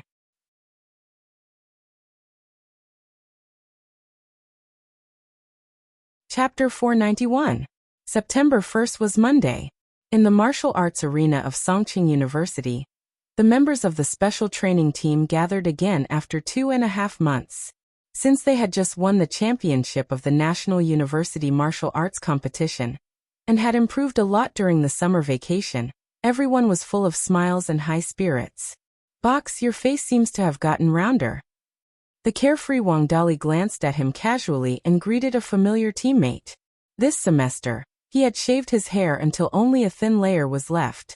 Coupled with his naturally fierce facial features, at first glance, he looked like a person who had just been released from prison. He showed him what it meant to kill with her eyes. She made a disdainful gesture and said, "So what if my face is round? Did I eat your food or wear your clothes? Believe it or not, I'll draw your little yellow rabbit tonight.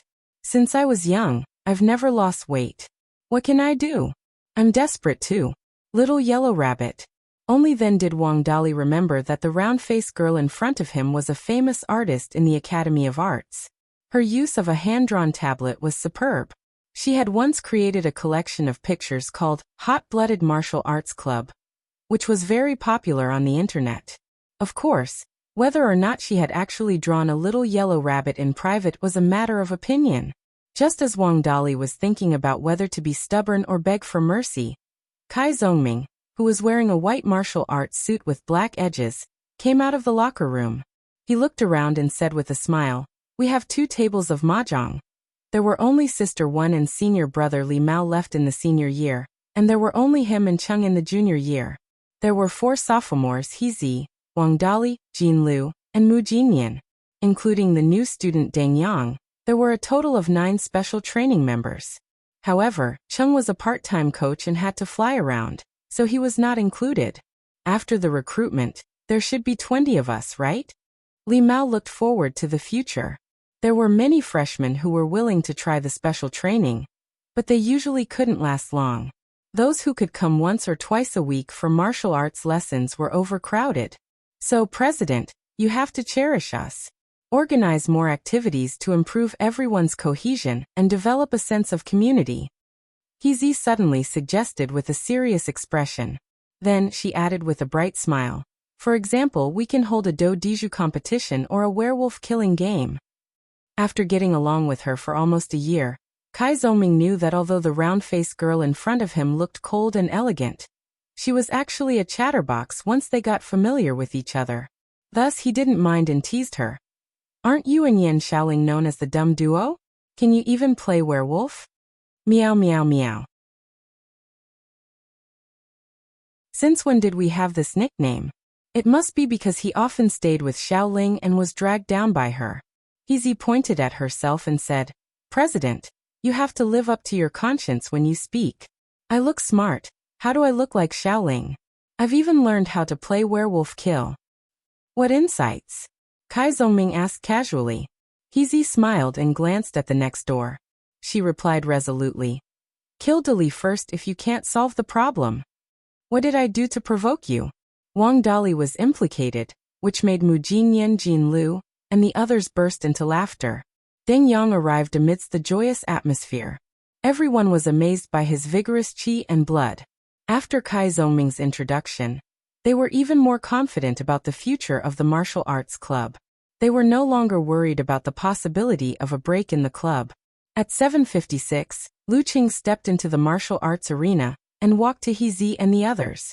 He smiled and introduced himself. "From today onwards, I'm your coach Lu." "Ah, what? What?" Surprised voices sounded one after another. Mu Jinyan and Wang Dali looked at each other with a blank face. "But don't worry, I'll be a part-time coach this year. I believe I still have the ability to guide you. The school will also send a former martial artist to be a teacher, but he'll mainly be the team leader. Sister 1, you're in your 4th year and should be busy looking for a job. There are some things you don't need to do by yourself. Find a few helpers and train them." Lu Qing said slowly, neither too fast nor too slow, gradually calming everyone's hearts. Although there was no physical invulnerability mighty one as a coach, it was the same as having a new inhuman heavenly son. Anyway, most of the time there was no difference between Coach Shi and not existing. At this moment, they only felt that Lu Cheng was the pillar of the martial arts club. As long as he was still here, the martial arts club would not collapse.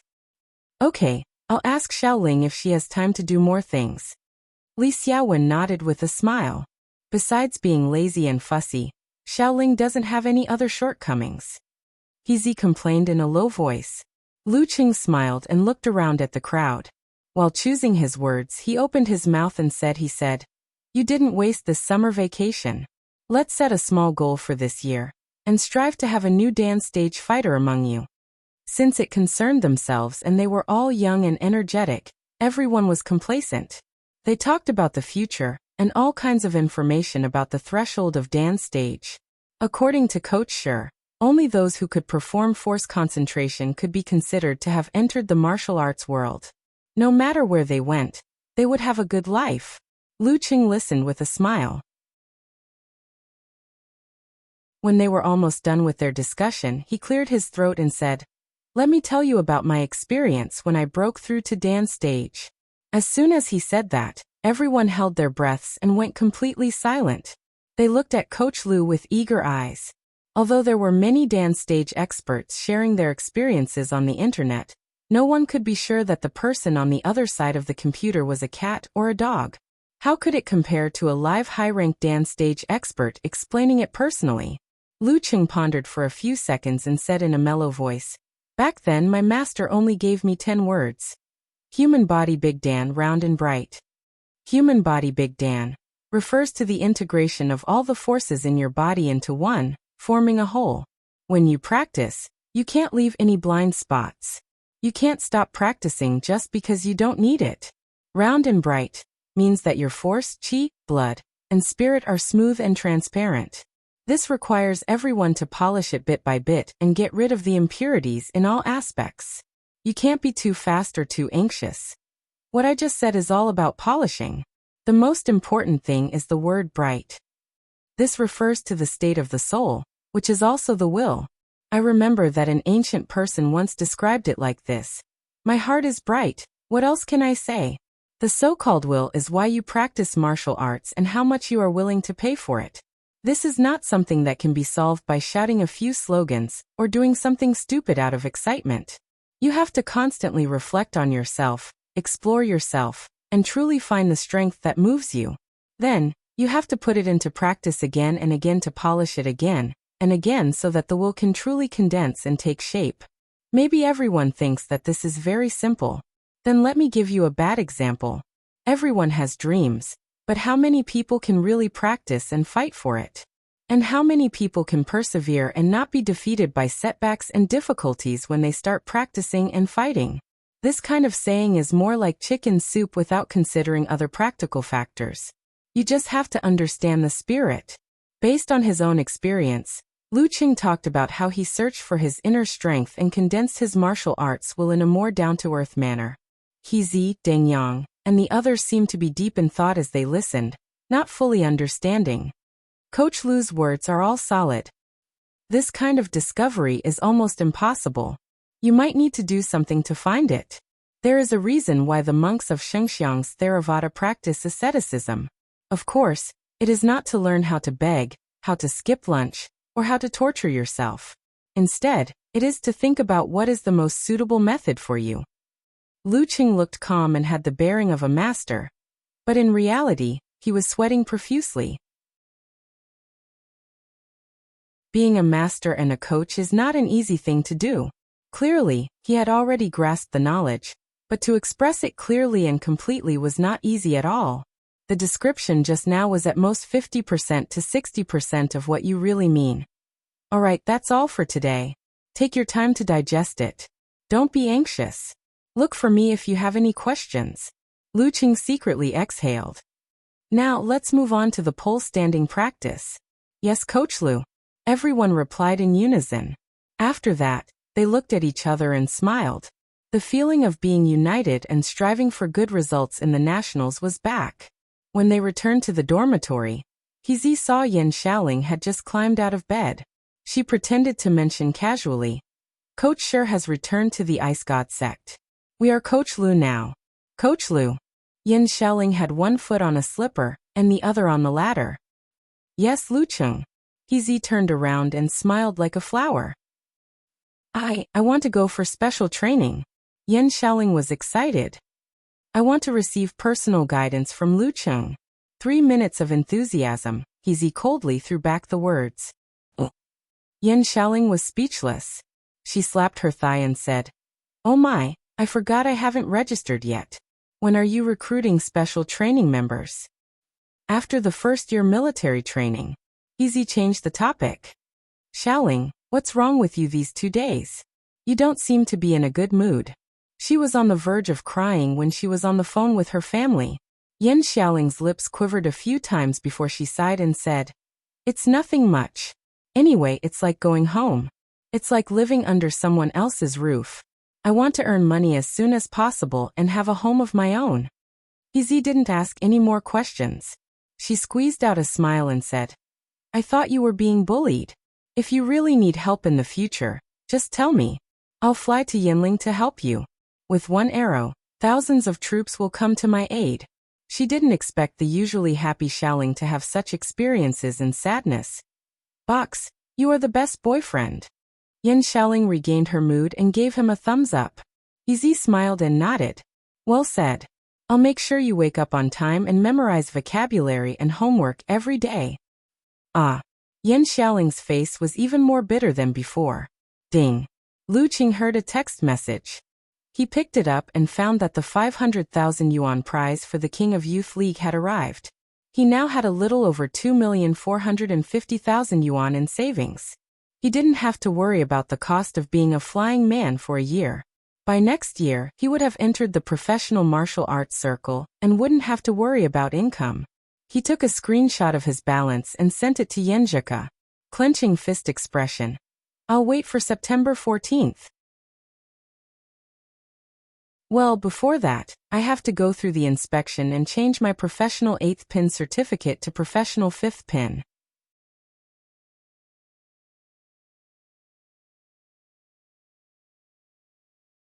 Chapter 492. September 7th, Sunday morning, Songqing Martial Artist Association's indoor training ground. "Can we begin?"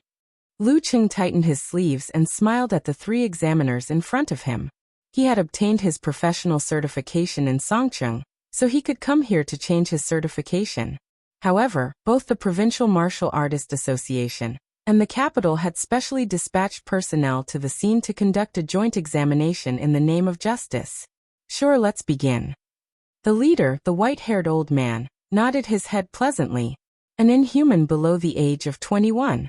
Who knew how far he could go in the future? Even though he was a senior high pin and had a high status in the martial arts world, he didn't want to offend him over such a trivial matter. There was a saying in the martial arts world that one would rather bully an old man than a poor young man.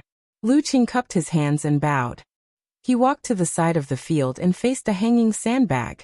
He lowered his waist slightly, allowing his qi and blood to flow back to his lower abdomen. He felt empty and vast, but also as though he had shrunk into a ball, round and terrifying.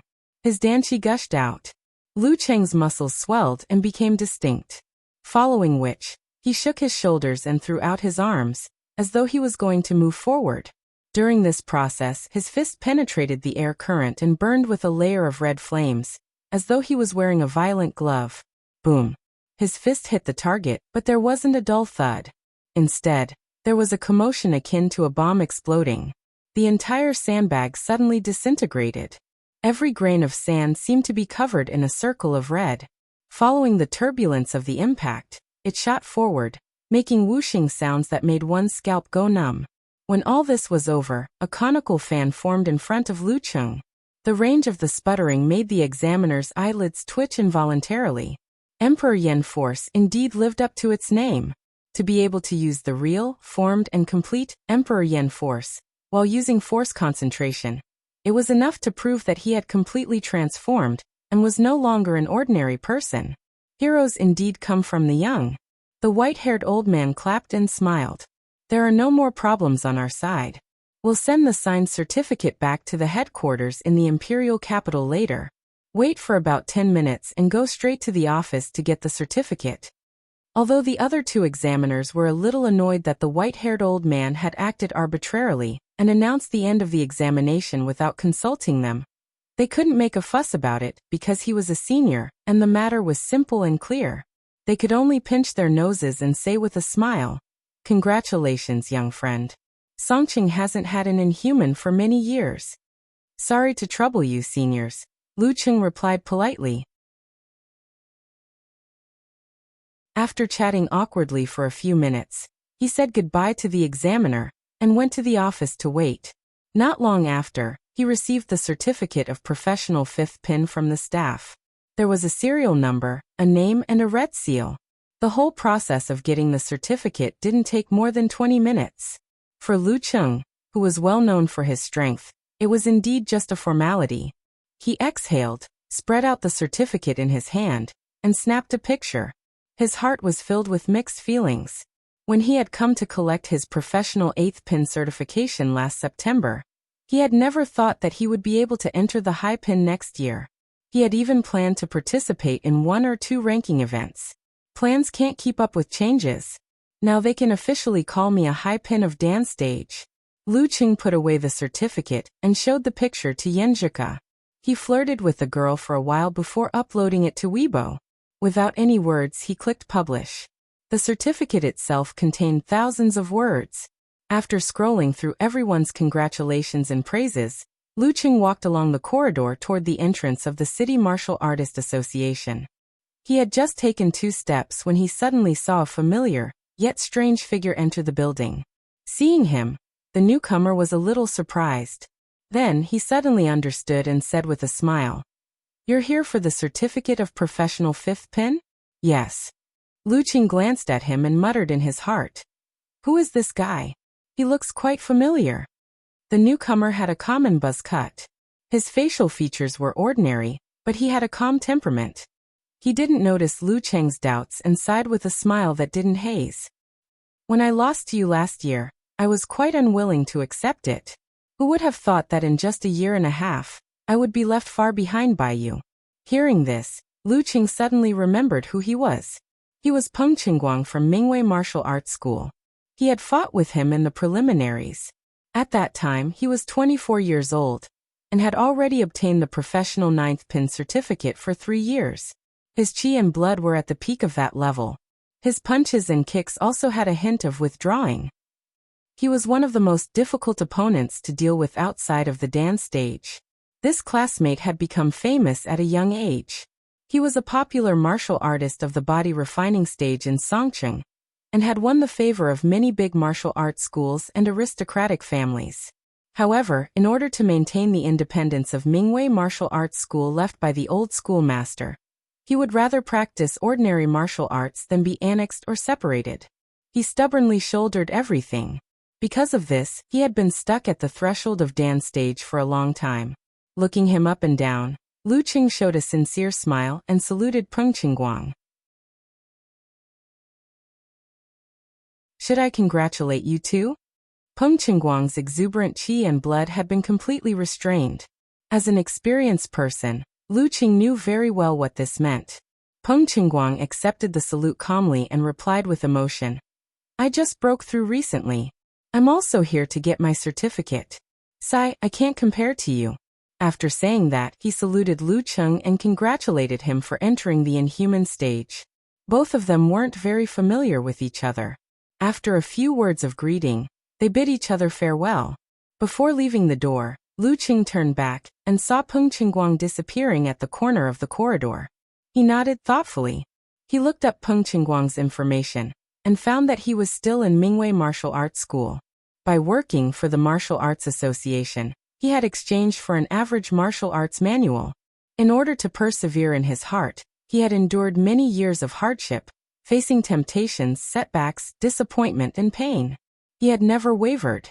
Even Lu Cheng was ashamed of his willpower. After crossing the threshold of Dan's stage, Peng Qingguang would no longer have any obstacles before the inhuman stage. As for the future, Lu Qing didn't have enough foresight to see so far ahead. After leaving the small building where the association was located, Lu Qing went to the martial arts arena nearby. He took out his phone and opened the app to book a ride. At this moment he suddenly felt thirsty. Hence he turned to a nearby supermarket. As he picked out some energy drinks, he started to daydream about his trip to America next week. His longing for Yanzhika over the past month flooded his mind bit by bit, igniting a sense of disappointment and frustration. Full of expectation, he imagined the scene when he met Yanzhika again. Subconsciously, he began to consider what kind of expression and words he should use to communicate with the girl. Should he indulge his emotions and give her the warmest and most emotional hug? Or should he show his feelings and let her get used to it gradually? As he thought about it, Lu Qing had already filmed many episodes of TV series in his mind. They were all stories of romantic interactions between the two of them. Of course, as an adult man and a married man, it was inevitable that he would recall and look forward to some things that were not suitable for children. He stopped this trend in time and took the iced energy drink to the payment area. Suddenly, Lu Qing stopped in his tracks. Because of his wild thoughts, he remembered something that he had to pay attention to. I'm already at the inhuman stage. According to Ku's grandpa, there's a small chance that I'll make Ku pregnant. I can't be as unscrupulous as before. I have to take safety precautions. Damn it, I haven't bought that thing yet. Should I go to the forum and ask about it? The title would be, How do I pretend to buy condoms regularly when buying condoms for the first time? Just thinking about it made him feel embarrassed. Lu Qing put down the energy drink and took out his phone. He flipped through page after page and already had a plan in mind. According to others, there were usually condoms in the checkout area of the supermarket. When paying the bill, he just had to point at it, and the cashier would understand what he meant. There was no need for too much communication during the whole process. Cough. Lu Qing put on his black-rimmed glasses. Thickening his skin, he took the iced drink and queued behind the checkout line. After 2 or 3 minutes, it was finally his turn. He glanced around sharply, trying to determine his target quickly. Damn it! Why are there only chewing gum, lollipops and batteries? Where's that thing we agreed on? Lu Qing was dumbfounded. You want this? The cashier picked up a lollipop and asked. Lu Qing didn't know how to explain. He nodded dumbly, took out his change, and took the iced drink and lollipop. When he was out of the supermarket, he came back to his senses and took a sip of the iced drink. What the hell was I doing just now? After finishing the lollipop, he stubbornly found another supermarket. He wasn't in a hurry to act. First, he did a thorough investigation and locked on to the location of his target. Yes, they have their own shelves. While there was no one around, Lu Qing took a quick glance and found that there were several brands, each with different models. He didn't have time to search for which brand was better. He took a box of each model and activated the ice mirror. He calmed his emotions and went to the checkout line calmly, ignoring the occasional glances. After a while, he came to the front of the cashier. The cashier took a look at the dazzling array of boxes and blurted out in surprise. You want all of them? Yes. Lu Cheng's answer was concise and to the point. The ice mirror was almost broken. The cashier looked at him strangely and didn't say anything else. She quickly went through the process.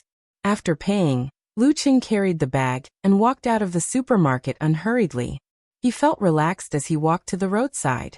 He felt like he had passed a difficult obstacle. When he returned to the dormitory, he saw that Zhao Chang and the others weren't there. Lu Qing couldn't help but flip through the spoils of war. As he looked, another doubt surfaced in his mind. How do I use this thing? If I embarrass myself at the crucial moment, won't Ku laugh at me for the rest of my life? Also, there are different models and varieties here. After thinking seriously for a while, he opened the packaging and began reading the instructions. He took a few and went to the bathroom. After a while, Lu Qing, who had solved all his problems, came out in a relaxed and happy mood. He happened to see Kai Zongming opening the door to the small dormitory. Hey Cheng, you look like you're in love. Are you thinking about going to America next week?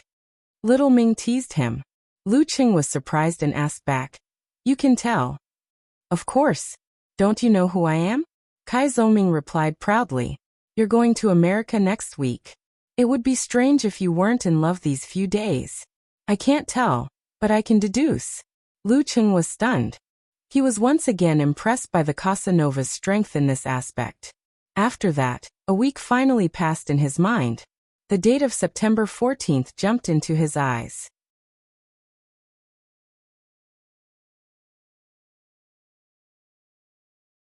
Chapter 493. On the 14th of September, after his morning exercise and shower, Lu Qing carefully checked the things in his backpack to make sure he had everything he needed. Then, he couldn't wait to leave the campus and take a taxi to the airport.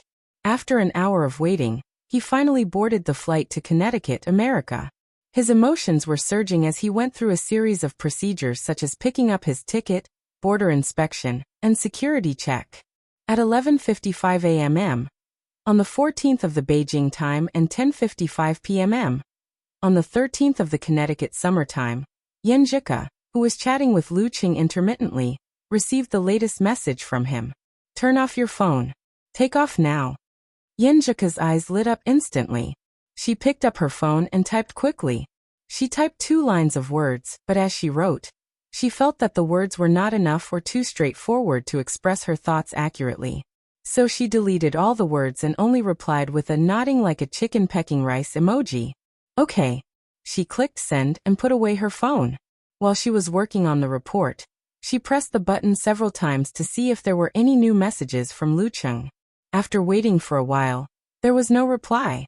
She checked the website again and confirmed that the flight had taken off successfully. She endured the throbbing in her heart and finished all the reports and leftover homework for this week. She didn't have to do anything else on the 14th, which was Sunday. Yenjika twisted her body and stretched herself. She took off the rubber band and let her hair fall down smoothly. Her hair was shining with dark light. Then, she took her pajamas and went into the bathroom. She washed her hair seriously until her face was rosy and moist. "I think I value you enough." Yenjika wrapped her wet hair with a dry towel and wiped the fog on the mirror. She looked at herself, gently biting her lips, and laughed in a low voice. Someone always said that he valued girls more than him. She thought for a moment, then applied body lotion and a facial mask.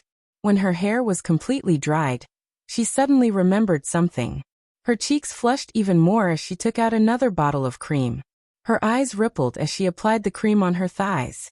She pushed it down past her knees to her ankles and stopped at the tips of her feet. Humph! Yenjika snorted inexplicably. On the flight, Lu Qing, who had always been thrifty, booked the economy class. Even so, the round trip cost him nearly 20,000 yuan. Because of this, his savings were only a little more than 2,450,000 yuan. Phew, this really isn't a long-distance relationship that most people can afford. Lu Qing looked at the plane ticket and came to a similar realization. Wasn't the purpose of strengthening oneself and becoming better so that one could withstand these tests? The internet wasn't available on the plane, but Lu Qing didn't feel bored. Sometimes he would meditate and meditate, cultivating the nuances and consolidating his inhuman stage. Other times, he would imagine his meeting with Yenjika and their interactions for the next half a month. When his thoughts were at their most scattered, he even sketched out the future, living one life after another with the girl. Of course, not feeling bored didn't mean that he wasn't anxious. He only hated that the flight couldn't arrive immediately, and hated that his ability couldn't be used in this matter. As for the bumpiness of the long-distance flight and the narrowness of the economy class seat, it did not make him feel uncomfortable. There was no sign of back pain. An inhuman is an inhuman. On the way, there were in-flight meals provided. After they were done, the stewardess handed out the entry card and declaration form to each passenger.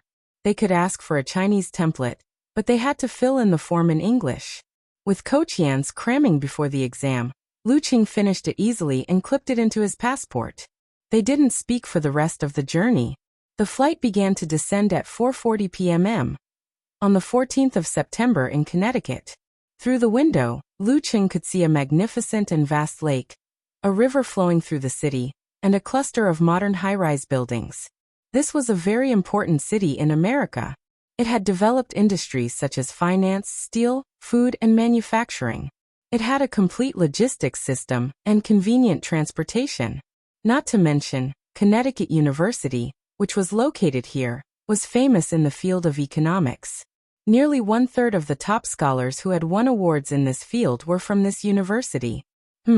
It's said that there's a martial arts sect here that's considered outstanding in the whole of America. It's called Jiruga or something. Similar thoughts flashed across his mind, and his thoughts quickly turned back to the upcoming reunion after a long separation. A month or so was more than enough time for a newly married couple. Judging from the posts, even if we had been apart for a long time, we would feel a little distant from each other. It wouldn't be appropriate for me to give Ku a hug straight away. I would have to do it step by step. But if I do that, would Ku feel that I'm too cold and leave a knot in her heart? Sigh, what a dilemma. North of Connecticut in the girls' room, Yenjika sat in front of the dressing table, finishing the last stroke of the makeup that she had been busy with for a long time. She pursed her pink lips and looked at herself in the mirror. At times, she felt that she was so beautiful that Chung, that fool, would never be able to take his eyes off her. At other times, she felt that she had bags under her eyes because she had been rushing homework and reports for the past few days in order to spare some time. Furthermore, she had put on a whole 4 kilograms because of the reduced training time in the past 2 weeks. Compared to when she was in China, she seemed to be a little lacking. She glanced at the time and stopped hesitating. She stood up and opened the wardrobe. She recalled every time she made Lu Qing stare at her in a daze while she picked out a matching outfit. It was September in Connecticut, and the weather had already turned cold. However, the local climate was changeable, and there were often differences in temperature within a day. Hence, there were many signs on the streets that indicated the current time and temperature. Yenjika hesitated for a while before choosing a gentlemanly white shirt, a knee-length skirt, a pair of skin-colored stockings, and a pair of youthful tennis shoes. She examined herself for a while. While her heart was suddenly pounding, she put on the wedding ring, grabbed her bag, and left the room. She called her full-time bodyguard, Auntie Du, and asked her to drive her to the airport. At 5:15 p.m., the slightly delayed flight landed at the busy Orion airport. Lu Qing carried his luggage and held his passport. While walking with the crowd, he sent Yenjika a message saying that he had landed smoothly. As he had been practicing speaking and listening with Teacher Yen, he was barely able to communicate with the staff. It didn't take him much effort to reach the customs counter. Of course, there was no lack of queues. After receiving the passport, entry card, and declaration form, the staff began to examine them carefully.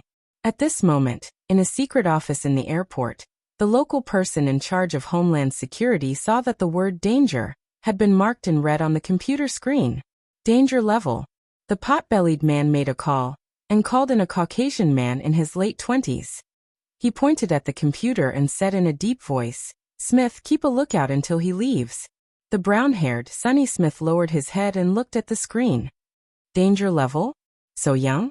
The black-haired man from China on the screen was clearly not older than 25. No, according to the information, he was only 20. Is he a monster? Don't ask why.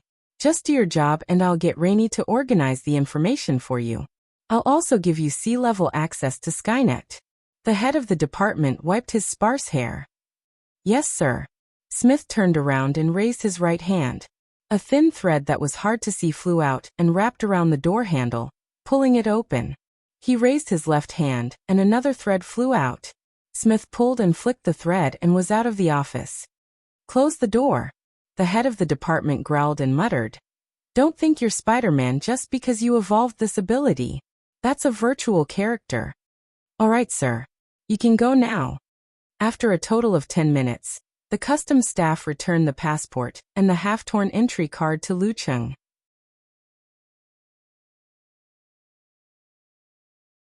Phew. Lu Qing, who was worried that he would be deported as a terrorist, heaved a sigh of relief. He quickened his pace and rushed to the security check. After another round of queuing, he strode to the arrival hall. As he walked, he sent a message to Yenjika. Where are you? I'm almost out. International traffic packages are so good. Yen Zhika observed her surroundings and declined his attempt to strike up a conversation. Her heart raced as she lowered her head and replied, just opposite the exit. Look ahead. Beep. The message came in. Lu Qing glanced at it and almost burst out laughing. Ke was also very excited. He had described it in such a general manner, without any iconic things. Just as he was about to ask another question, he had already walked out. He subconsciously raised his head and looked as far as his eyes could see. He saw that elegant and graceful figure standing quietly in the waning light. There was no landmark. She was the landmark. She bloomed silently among the people and made the surroundings beautiful. Bang, bang, bang. Lu Cheng's heartbeat quickened. He kept telling himself to be patient and to do it step by step so as not to frighten Ke. However, his footsteps were getting faster and faster. Yen Zhika, on the other hand, wanted to be reserved. But when she saw the familiar figure, she couldn't help but move her feet to welcome him. After a few steps, they were so close that they could hear each other's breathing. Their faces were so clear. They were no longer separated by screens, phones, computers, or network cables. Her face was as beautiful as a flower. Her smile was as light as usual. Lu Cheng's mind buzzed. He forgot everything else and reached out to hold Yen Zhika tightly in his arms. Yen Zhika was stunned at first. Then she softened. Feeling the warmth in her memory and smelling the familiar scent, she felt the worry, fear, nervousness, and uneasiness in her heart disappear one by one. The unfamiliarity of fear disappeared before it even appeared. There were a few other couples hugging like this in the arrival hall of Orion. They weren't the only ones. How enviable. Smith chewed his gum and stared at the surveillance screen. He almost whistled.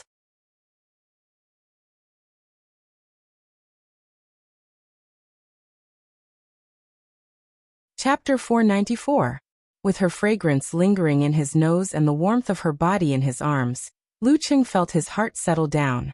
The emptiness in his heart was finally filled.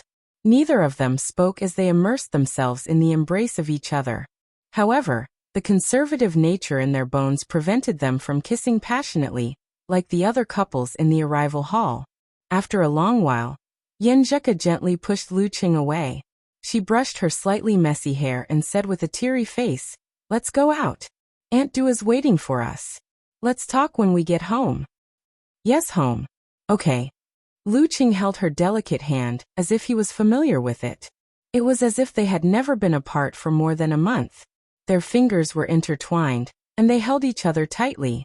With a smile that was difficult to fade away, the couple talked about their feelings just now as they slowly walked out. They walked out of the arrival hall and into the parking lot. Du Yen was standing beside the car. Seeing them come over, she smiled and waved. "Aunt Du, this is Lu Qing." Yen Zhika pointed at her husband and said with a faint smile, "Hello, Aunt Du." Lu Qing immediately smiled and greeted her. Their hands were intertwined, with no intention of letting go. Good. Ke has been watching your matches recently. I also took a few glances." Du Yen smiled and shook her head. "If my son was half as capable as you, I would wake up laughing in my sleep." She glanced at the posture of the couple from the corner of her eyes and was speechless. Youngsters nowadays are so much more open than us. However, they have already received Elder G's recognition and met his parents. They are just waiting to graduate and get married. It's normal for them to be closer. Unlike the Americans, it's scary. After exchanging a few pleasantries, the couple sat in the back. Due to the presence of outsiders, they did not talk about reuniting after a long time. They only talked about Lu Cheng's feelings on the long-distance international flight, and the interesting things Yen Zhika had seen and heard in school. The car sped all the way into the North District of Connecticut. This was a gathering place for the local wealthy. Police were often seen patrolling the area, and it was rare to see outsiders. After passing by patches of grass, they successfully arrived at Yen Zhika's rented home. Looking at the sky, Du Yen smiled and said, "You guys get off first. I'll go to the garage and prepare dinner. The food on the plane is not good and it's not enough." "Yeah." Lu Qing expressed his agreement. Whether it was delicious or not was up to the individual, but the portion was too little for him at the moment. Every time, He had to be thick-skinned and ask the stewardess for 2 more portions. Even so, he was only 30% full. Previously, all he could think about was ku, so he didn't feel hungry at all. But now he could hear his stomach rumbling. Yanjika also sensed it. She held back her laughter and pulled Lu Qing out of the car. Then they walked quickly to the gate. Since you're so delicious, I'll give you my share too. Her eyes sparkled as she pursed her lips and said, "What about you?" Lu Qing wasn't willing to let his little fairy go hungry. Yanjika pouted slightly, wrinkled her nose, and replied with grief and indignation, "I've gained 4 pounds. You still dare to eat it?" "No, I didn't feel it when I carried you just now. Besides, with your strength, this weight is a lot lighter." Lu Qing comforted Cuckoo. "At least you're tactful. If you dare to say that I'm really fat, humph." Yanjika's eyes twinkled. She pursed her lips and said, "It's true. It was okay when we were in the language short-term class. But after the official start of the semester, we had to connect with the curriculum in our country. The schedule was tight. Also, the professors here love to give homework. Sometimes, we have to work in groups. There's a girl in our group who's dragging us down, so we're so busy every day. We sleep very late and don't have much time to train in the morning. That's why our weight keeps increasing." She swung her arm up to represent her weight. "Luckily, I don't think you're heavy anymore," Lu Qing emphasized again. He wouldn't say that he always thought that Cuckoo was on the thin side. A little meat would be better. "I'm a good youth who grew up with all the tricks of Kochien. How could I make a mistake on such a simple matter?" While talking, he followed Yanjika into the house. It was a 2-story building. The exterior didn't reveal anything, but the interior was luxuriously decorated. "You'll stay in my mom's room.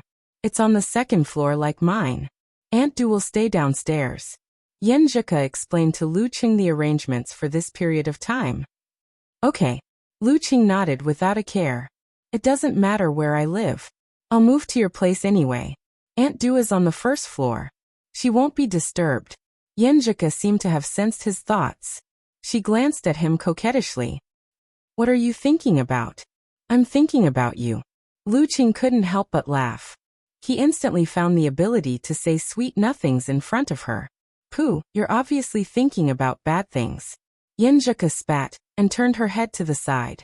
She was about to say something when Duyan walked in. She had to stop herself and talk about the local customs of Connecticut with Lu Qing. As they talked and laughed, a sumptuous dinner was placed on the table because the ingredients had already been prepared. Yanjika picked up a few chopsticks and finished half a bowl of rice. Then she put down the cutlery and looked at her silly Qing stuffing himself with one hand. "You're really not eating?" Lu Qing asked again with concern. "No, I'm on a diet." "After this period of time, when I get used to the curriculum and have time to train, I'll go back to my normal diet," Yanjika answered seriously and resolutely. "Okay. Why do I feel like you're more tired studying abroad than at home?" Lu Qing sighed.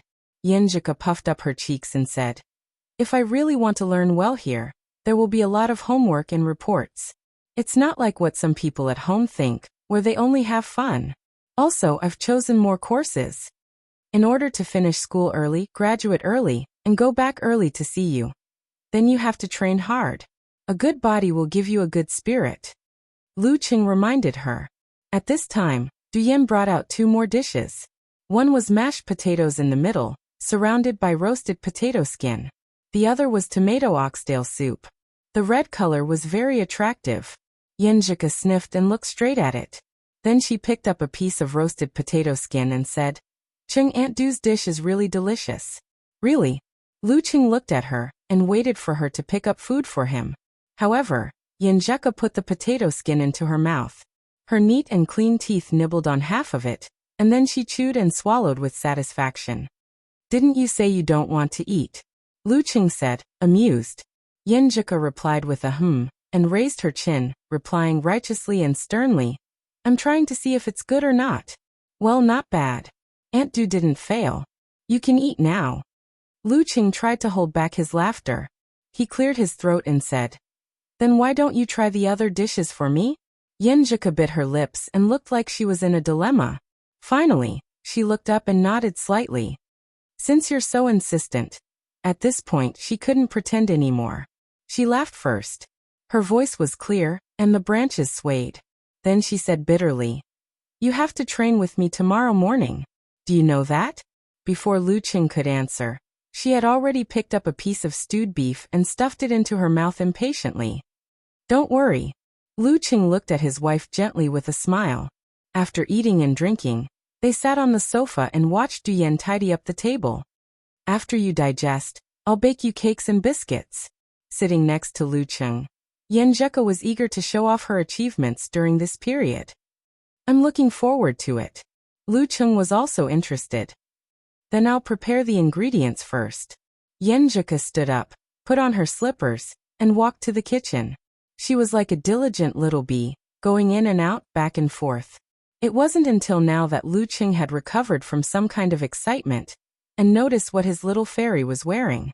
It wasn't like before when he only had eyes for her, only her frown and smile.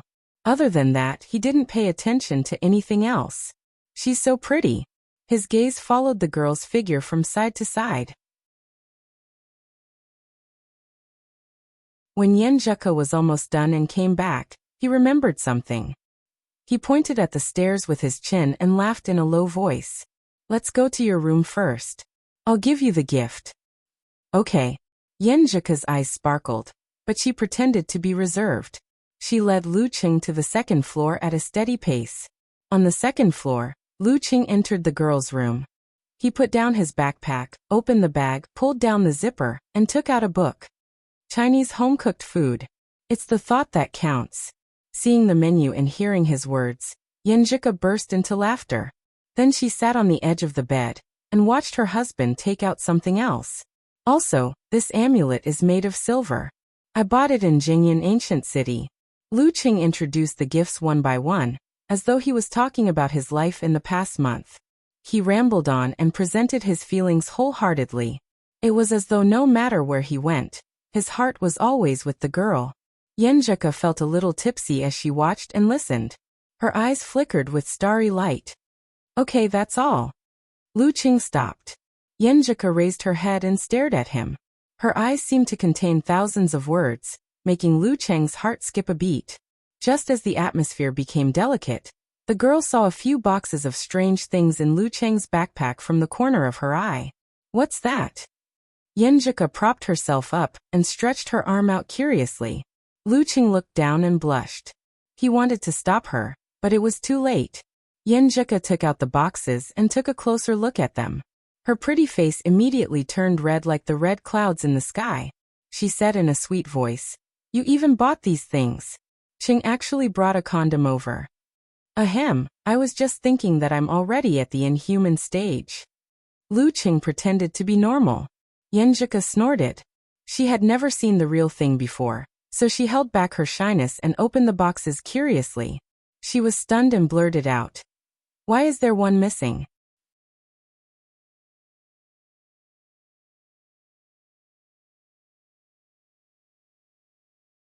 Chapter 495.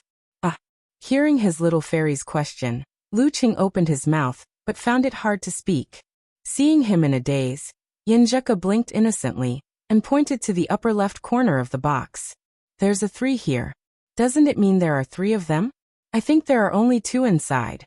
I'm too young to understand. Don't lie to me." Lu Qing's face turned red. He decided to tell the truth. The words on the back of the box clearly indicated that it was a 3-piece package. As long as Ku wasn't blind and had the heart to look at it, she would definitely notice it. If she lied about this kind of thing, wouldn't it arouse suspicion? Wouldn't she be waiting for a domestic violence case? Cough, cough. He coughed again and looked to the side, pretending that he didn't care since he was thick-skinned. "It's 3. I haven't used it before. I was afraid that I might mess it up at a critical moment, so I opened the package and tried it myself." Yanjika was dumbfounded. Her clear eyes were wide open, like a kitten whose head was stuck. After a few seconds, she realized what was going on. Her body began to tremble like a sieve, and her dimples appeared uncontrollably. It was very difficult for her to hold back her laughter. Chung is really good at preparation. What an experimental spirit. You're so funny. Yenjika threw away the box, fell down, and hugged the white bear doll. She laughed so hard that one of her slippers fell off the edge of the bed. I can't help it. Ha ha. Lu Cheng looked helplessly at his wife who was about to roll on the bed with laughter. He sighed softly and rubbed his face. I was afraid of embarrassing myself at a critical moment and being laughed at by you for the rest of my life. Well, it doesn't seem to make any difference now. Well, it's worth it to make Ko laugh and make her so happy. While thinking, he began to feel that this was quite funny. He looked at Yenjika with a slight smile, waiting to see how long she could laugh. After looking at her for a few seconds, his gaze was involuntarily attracted to the girl's curved eyebrows, her delicate cheeks that were flushed from smiling, her beautiful pink lips that were pursed, and her fair and slender neck. From top to bottom, from bottom to top, he looked at her again and again. The night outside the window seemed to have gotten darker, and the moon seemed to have gotten brighter. Yenjika laughed for dozens of seconds and finally calmed down. When she was about to make fun of her Chung, she suddenly found that the surroundings had become unusually quiet. Then she felt the bed sink. She raised her head and turned her face to the side. She saw Lu Cheng sitting on the edge of the bed with his back bent. His eyes were deep and dark, as if there was a dark fire burning in them, but they were filled with her figure. When their eyes met, Yenjika bit her lower lip lightly and withdrew her wanton smile. She slowly closed her eyes, her long and black eyelashes fluttering. Lu Cheng supported himself with both hands, bent down and gently kissed the girl's pink lips. With a clang, the inside and outside of the room were cut off. I finally understand what absence makes the heart grow fonder. Lu Cheng thought happily as he pulled the girl to him after finishing his work, and lay down on the bed. You were so hungry just now. Yenjika protested in a delicate voice as she playfully traced Lu Cheng's abs. He felt like he would be swallowed whole. Hee, I was indeed hungry for a long time. Lu Cheng snickered. I wanted to restrain myself on the first day so that you wouldn't think I was only thinking about that. But when I saw my little fairy, I couldn't help it. After such a communication, the two felt that the last bit of distance between them and the barrier brought by time had completely disappeared. Their hearts were tightly pressed together again, and they couldn't wait to tell each other all their secrets. Yenjika wanted to laugh and glare at Lu Cheng at the same time. She bit her lip and asked half curiously and half concernedly, Cheng, I have a question for you. I heard that once a boy starts to think about it, he will always think about it. Have you thought about it in the past month? What if you do? You wouldn't do that, right? She lowered her eyes and laughed secretly, thinking of how she was tricked by Cheng to help him in the past. It's all right. Previously, I was at a critical moment in the inhuman stage, and had to participate in the King of Youth Pro League. My wife wasn't by my side, so I didn't have the time to think about that. Later on, sometimes it would pass after a while. Sometimes it would be resolved by myself. Didn't I do that in the past? Lu Cheng answered frankly and proudly while caressing her sweaty back. I don't even look at other girls. Hearing her husband's words warmed Yenjika's heart. She suddenly remembered Yen Xiaoling's complaint. She said that she had finally mustered up the courage to sign up for the special training and accept Coach Lu's guidance. But in the end, her idol only had eyes for his senior and flew straight to America without any hesitation. This disappointed many female students who were interested in participating. Because of this, she decided to go back and sleep in. It was better to watch her idol from afar. What about you? Lu Cheng asked casually. Just as he said that, he felt regret and suspected that he would be kicked off the bed. Yenjika was feeling sweet inside and wanted to be closer to Silly Cheng. After hearing that, her pretty face flushed red. She gave Lu Cheng a hard punch and kicked him. She said angrily, Why would I? I'm very busy. I have to adapt to the curriculum here every day and keep up with my progress. Most of the time, I have to do homework and reports. Also, I don't like to attend classmates' gatherings. The group discussions are all held in the library and then I leave. They all think that I'm not easy to get along with. They think that I'm a nerd, a boring person, very antisocial, introverted, and unsociable. Here, they all like the cheerful, lively girls who can sing and dance. Well, actually, it's not so bad. I don't have to worry about how to avoid arousing suspicion. As she spoke, she forgot about the problem and opened up her heart. She told Lu Cheng all the grievances that she had mentioned before, but didn't talk about them in depth. Avoid arousing suspicion. Lu Cheng was both happy and sympathetic when he heard this word. He hurriedly asked, "Do they dislike you?" "They do, but it's not that serious. After all, I'm a straight-A student, and the others in the group rely on me.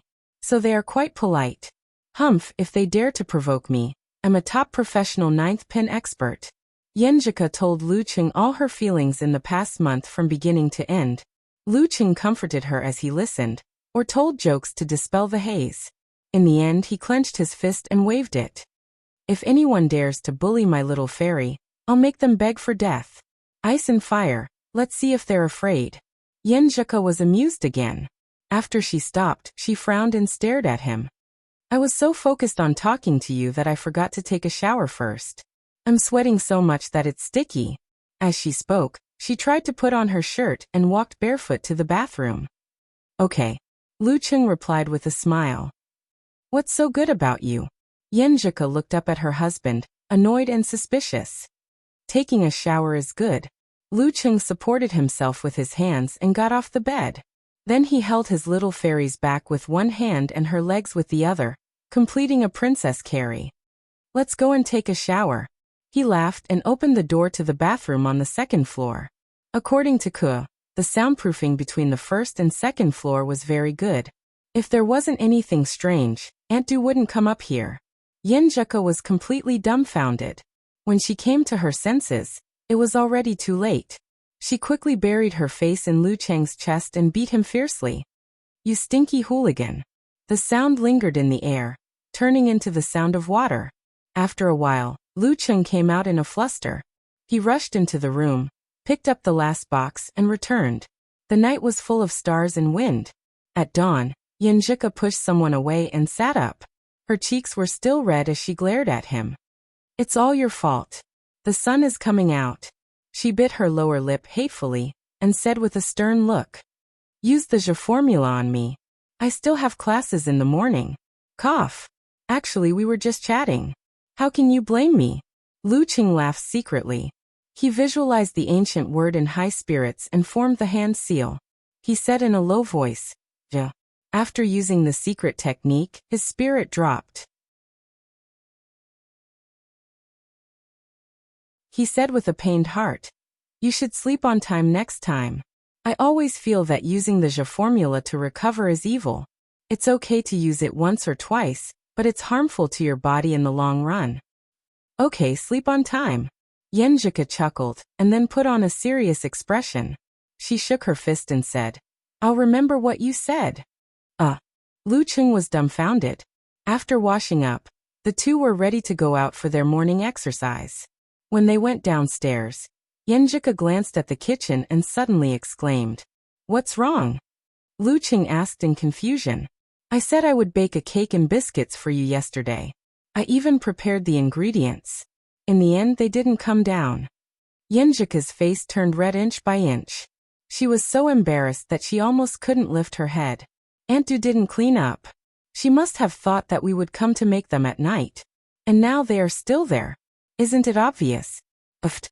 It's fine. I just said I forgot." Lu Cheng was thick-skinned and didn't mind. Yenjika rolled her eyes and glared at him. She clenched her teeth and said, "It's all your fault." To this, Lu Cheng could only reply with a smile. After the morning exercise and breakfast, Aunt Du drove Yenjika to school. Lu Cheng followed her to liven up the atmosphere so that the girl wouldn't feel guilty in front of Aunt Du when they arrived at the school gate. Yenjika tied up her hair and put on her huge black-rimmed glasses. "I'm going to class. You can walk around by yourself. The people here love to use slang. If you don't understand, you can just ask a few more times. Don't worry. I have professional translation software. I even downloaded the Google 3P set." Lu Cheng smiled and waved his phone. At this moment, Duyen parked the car and accompanied Yenjika into the school. She would wait in a secluded area to prevent school shootings or violent incidents. American schools weren't exactly safe. Lu Qing only retracted his gaze when the girl's figure disappeared. He opened the map and searched for martial arts centers or fighting venues nearby. One of his main goals in coming to America was to experience more martial arts of different styles. After confirming the direction, he followed the map and walked like a backpacker. After a while, he arrived at a 3-story building. There was a signboard here that said China Dragon Punch Dojo. It's really Chinese. Lu Qing stood at the entrance and looked around. He happened to see the receptionist at the front desk. She had long black hair and delicate facial features. Judging from her appearance, she wasn't Japanese. "Hello, are you here to learn martial arts?" The receptionist noticed him and asked in English with a sweet smile.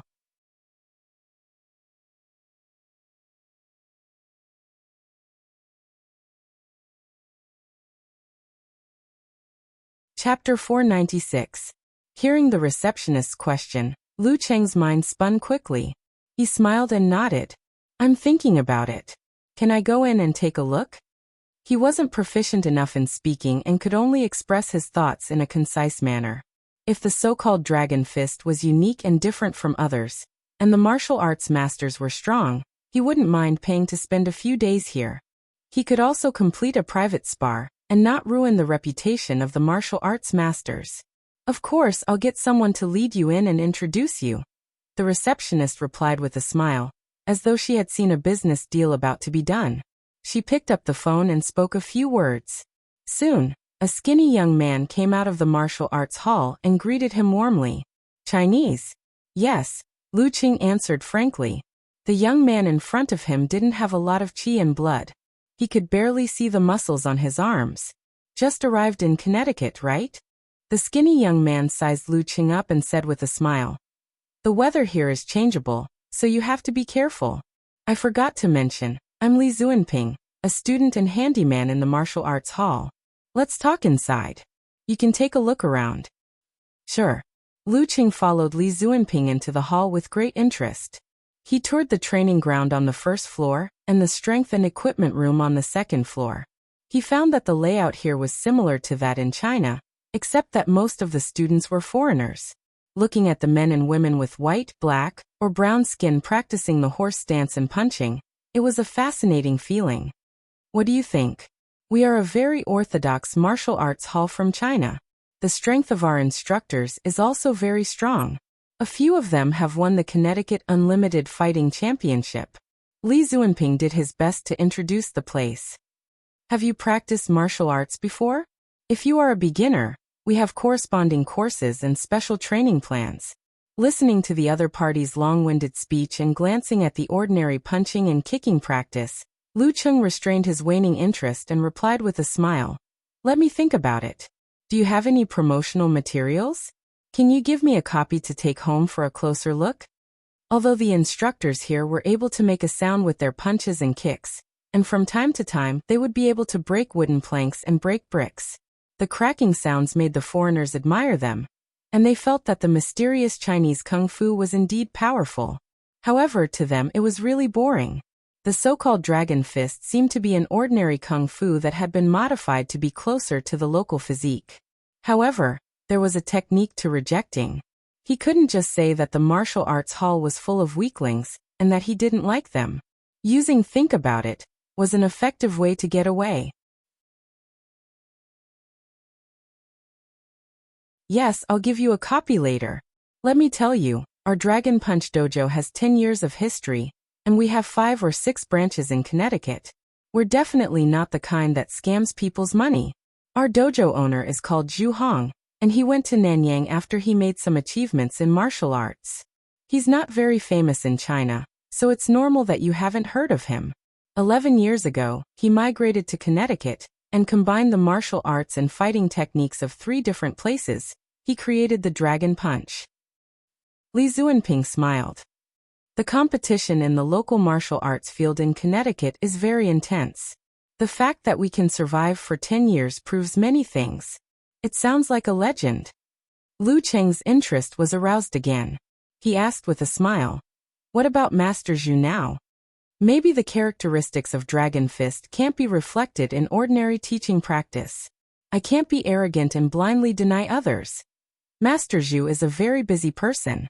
He only oversees each branch for one day.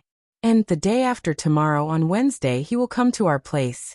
At that time, you can come and take a look and see the true Dragon Fist. Li Zuanping warmly invited.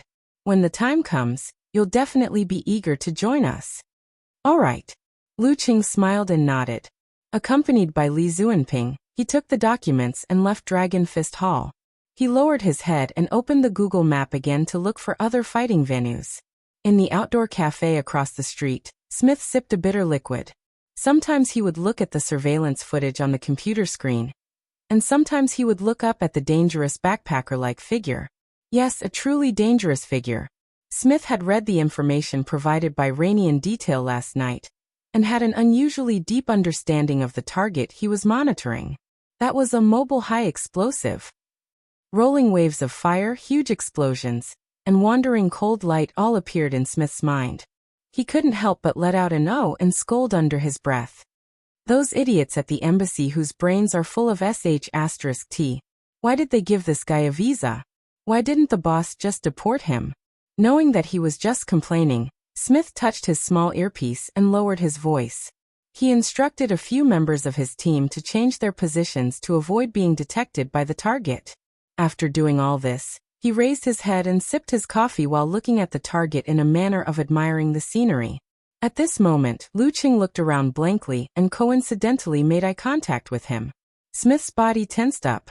He didn't look away in a hurry and pretended that nothing was wrong. He nodded his head in a friendly manner and slowly looked to the side. His reaction was that of any normal American. Suddenly, he realized that Lu Qing had moved. That dangerous figure was walking towards the zebra crossing.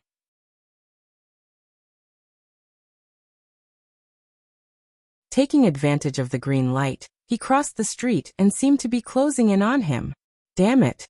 Smith quickly lowered his head and pretended to drink his coffee. He cursed in a panic. He couldn't have discovered something, right? Should I get up immediately and leave the scene or reveal my identity, explain the need to monitor him, and use legal terms to confuse him? While he was hesitating, a figure appeared in his line of sight. Lu Qing stopped right in front of him. With a whoosh, Smith's back was covered in a layer of cold sweat. Smith, this is what every man who wants to be Spider-Man has to go through. Show me your courage. He muttered, raised his head, and calmly looked at the Chinese young man who was marked with the word dangerous in red. Sorry, can I bother you? I would like to ask for directions. Lu Qing tried his best to make his smile amiable. Just now, when our eyes met, I decided to ask this faded person for directions. He looks pretty friendly. Smith almost raised his hand to dig his ears, suspecting that he had heard wrongly. He replied in a daze, no problem. I'm a martial arts enthusiast. Are there any famous martial arts training grounds around here? Lu Qing organized his words and asked expectantly. With Google's map, he wasn't afraid of finding his way. However, after searching for a long time, he couldn't find his next destination because of his headache from reading English. He even complained to his wife about it. Smith grinned, unfolded the lines on his forehead, and answered with a dazed smile. Msasi Martial Arts Arena at the 7th Street. It's one of the important bases of the Jiruga martial arts sect. Base, understand? Understood. Thank you. A name flashed across Lu Qing's mind, and he quickly confirmed the route on the map. He waved his hand, bade farewell to the kind brown-haired man, and walked towards the 7th Street not far away. Smith waved back reflexively. When he was far away, he wiped his forehead. His hands were wet with cold sweat. He's just here to ask for directions? Smith muttered. Why is he looking for a martial arts arena? He said he's a martial arts enthusiast. As he muttered to himself, Smith's expression suddenly changed. He stood up abruptly and knocked over a chair. Through the device, he issued an order to his subordinates. Monitor the Msasi Martial Arts Arena immediately. Mobilize the nets above, snares below. Gather manpower and be on the alert for danger level. A dangerous level martial artist from China heading to the Jiruga sect's martial arts arena was bound to give rise to bad thoughts. After more than 30 minutes, he finally saw the huge signboard of the Msasi Martial Arts Arena. The logo of the Jiruga sect was printed on it. A fist holding a trident. Below the signboard were the words Msasi and Msasi. This is the place. It's much more luxurious than the Dragon Punch Dojo. Lu Qing pushed open the door and entered happily.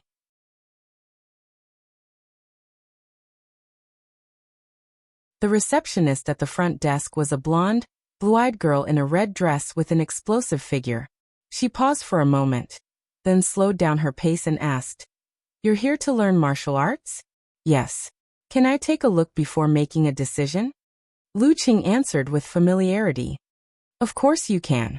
The blonde girl revealed a smile and reminded him in a friendly manner, "Many martial artists have a fiery temper. After you enter, you have to remember a few things. Don't stare at others practicing. If someone provokes you, pretend you didn't see or hear it. As for words of discrimination, please bear with it, okay?" "Okay." Lu Qing nodded with a smile. After waiting for 2 minutes, a black youth with pigtails and dressed in a very hip-hop style walked out. When he opened his mouth, Lu Qing suspected for a moment that he would say something like, "Yo yo yo." "Oh, a shy Asian boy." The black youth laughed. "I'm Brooke." "Hello, Brooke." Lu Qing didn't introduce himself and followed him into the Msasi martial arts arena. They had just taken a few steps when they were greeted by a huge figure. It was a muscular black man who was obviously more than 2 meters tall. His arms were exaggerated and shiny, comparable to Lu Cheng's thighs. With a mocking smile, he glanced at Lu Cheng's thin and weak arms and flexed his terrifying biceps. "Little boy, martial arts isn't suitable for you." After saying that, the bald giant didn't wait for a reply. He let out a carefree laugh and turned into another room. "Don't mind him. Olsen was just joking. He's actually a very kind and humorous person," Brooke hurriedly explained to Lu Qing, who was a little stunned. Compared to other martial artists. After watching Lu Qing and Brooke enter, the blonde girl looked outside with nothing to do. Suddenly, she saw someone jumping between the tall buildings like a spider.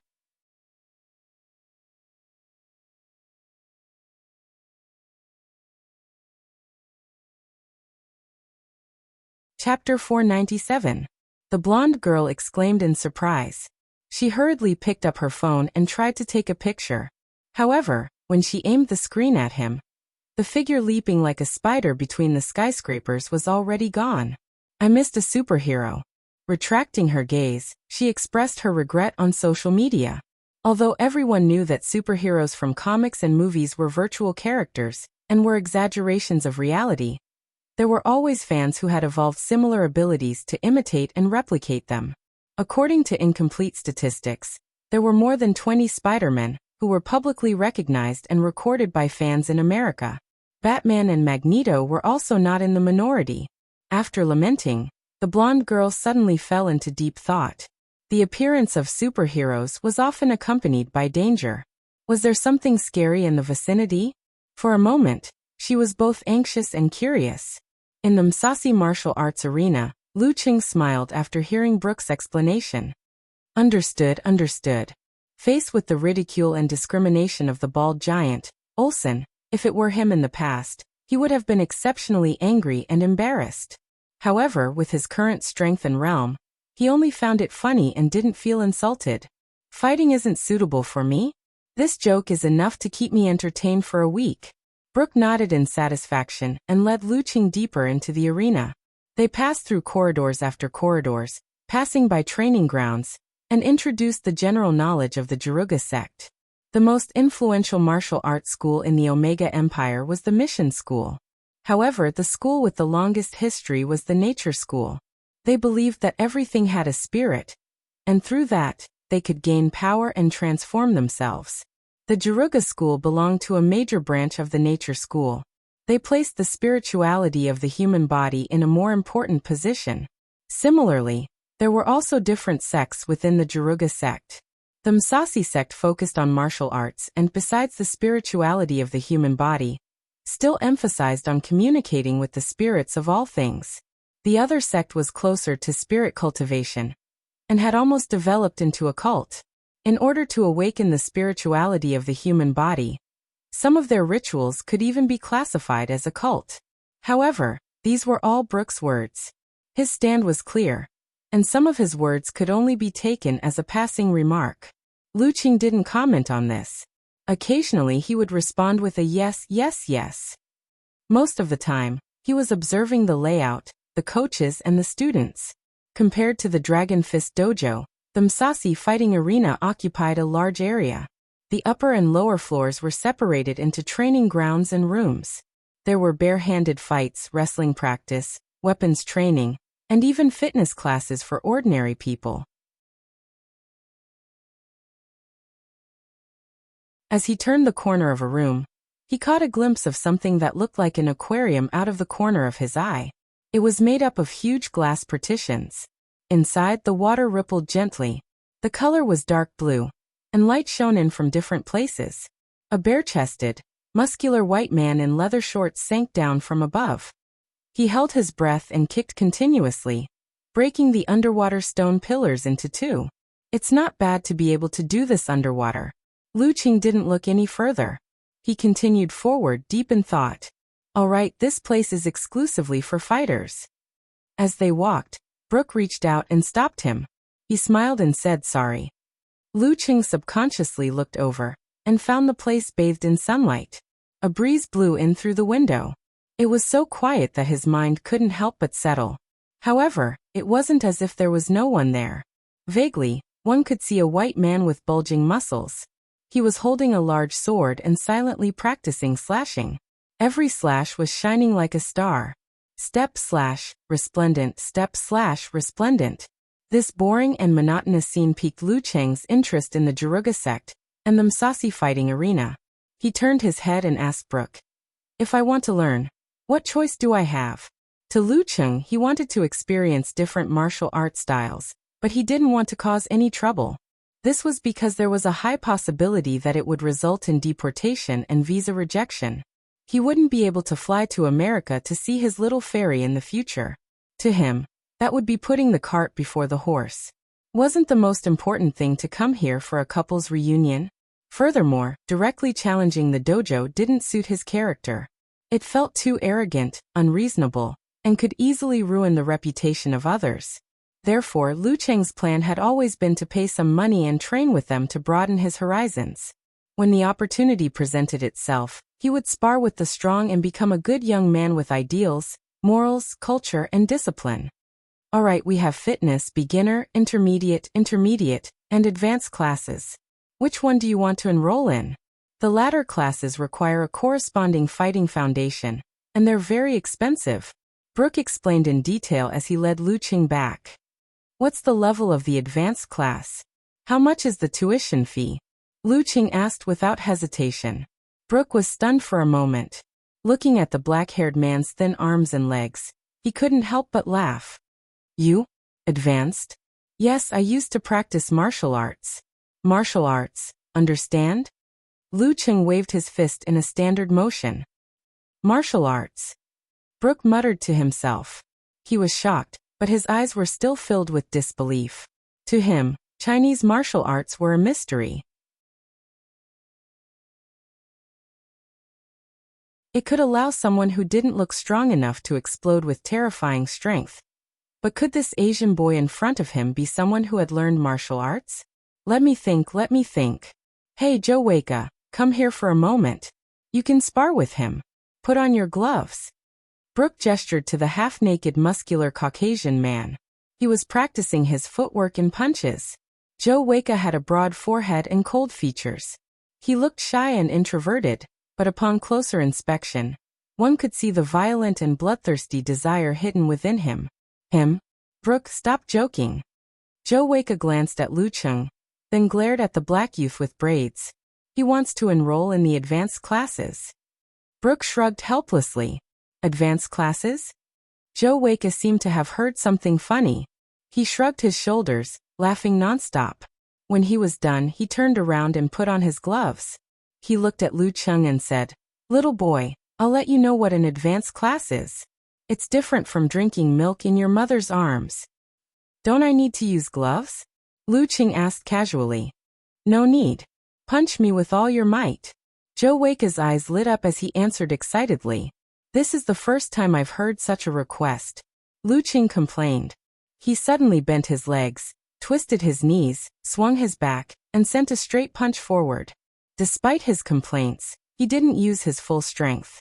He didn't even use the explosive power of the dance stage, because it wasn't worth it. Bam! A crisp sound rang in Joe Wake's ears. Seeing his opponent's fist inches away, he hurriedly raised his arms and got into a boxing stance. In his mind, he was already imagining his counterattack. He was going to send this Asian boy crying and running back to his mother with a combination of punches. Bam! His gloves dented. Joe Wake's body swayed. He couldn't help but take a step back. 2 steps, 3 steps. Thump! He couldn't stand properly and fell to the ground. Is that good enough? Lu Qing turned around and smiled at Brooke. Okay. Brooke replied blankly. Chinese Kung Fu is amazing. This skinny Asian boy can actually knock Joe Wake down with one punch. He's a rising star in boxing. How much is the tuition fee? Lu Qing glanced at Joe Wake from the corner of his eye as he stood up shakily. It's fine if it's too expensive. I'll think of a way to broaden my horizons. From now until Christmas, $5,000. Brooke waved at the confused Joe Wake, indicating for him to return to the training ground. $5,000. That's a little expensive. Lu Qing thought for a moment. Where do I pay? Follow me. Brooke was a man who had seen martial artists before. He quickly came back to his senses and led Lu Qing in a different direction. He casually explained, our gym membership fee is $100 per month, not including personal trainers. The beginner class is $500, the intermediate class is $1,000, and the intermediate class is $2,000. Lu Qing had specially applied for a dual-currency credit card in China for the convenience of seeing his wife. This was the perfect time to put it to use. After swiping the card, they signed an agreement. They agreed that they would be able to attend martial arts classes tomorrow for 4 hours a day. If they did well and performed well, they would be able to become an apprentice of the Msasi Martial Arts Gym. A true martial arts apprentice. During this process, Lu Qing, who was dizzy from reading the agreement, even took a picture of Yenjika. In the end, both parties were happy. Brooke sent Lu Qing off with a bright smile and waved goodbye. See you tomorrow. Lu Qing smiled and headed back to Connecticut University. At this time, Smith had just finished setting up the surveillance cameras to prevent any unexpected situations. He watched as Lu Qing left the Msasi Martial Arts Gym. Left, damn it. What is he trying to do? Smith cursed. He used his Skynet access to check the Msasi Martial Arts Gym's internal network and some of the surveillance cameras. He signed up for a martial arts class? At this moment, Smith felt that the world was full of imagination. A dangerous level guy actually signed up for a martial arts class that wasn't even an apprentice. After a few seconds, he came to a realization. He remembered a few cases where Chinese martial artists had challenged the martial arts experts as soon as they entered the country. They had caused a lot of trouble and could only be sent back. This monster is trying to use other methods to achieve his goal. Smith nodded slightly. Should I remind them Msasi Martial Arts Gym? A question popped up in Smith's mind. He quickly found the answer. Why should I? He smiled and drew a cross in front of his chest.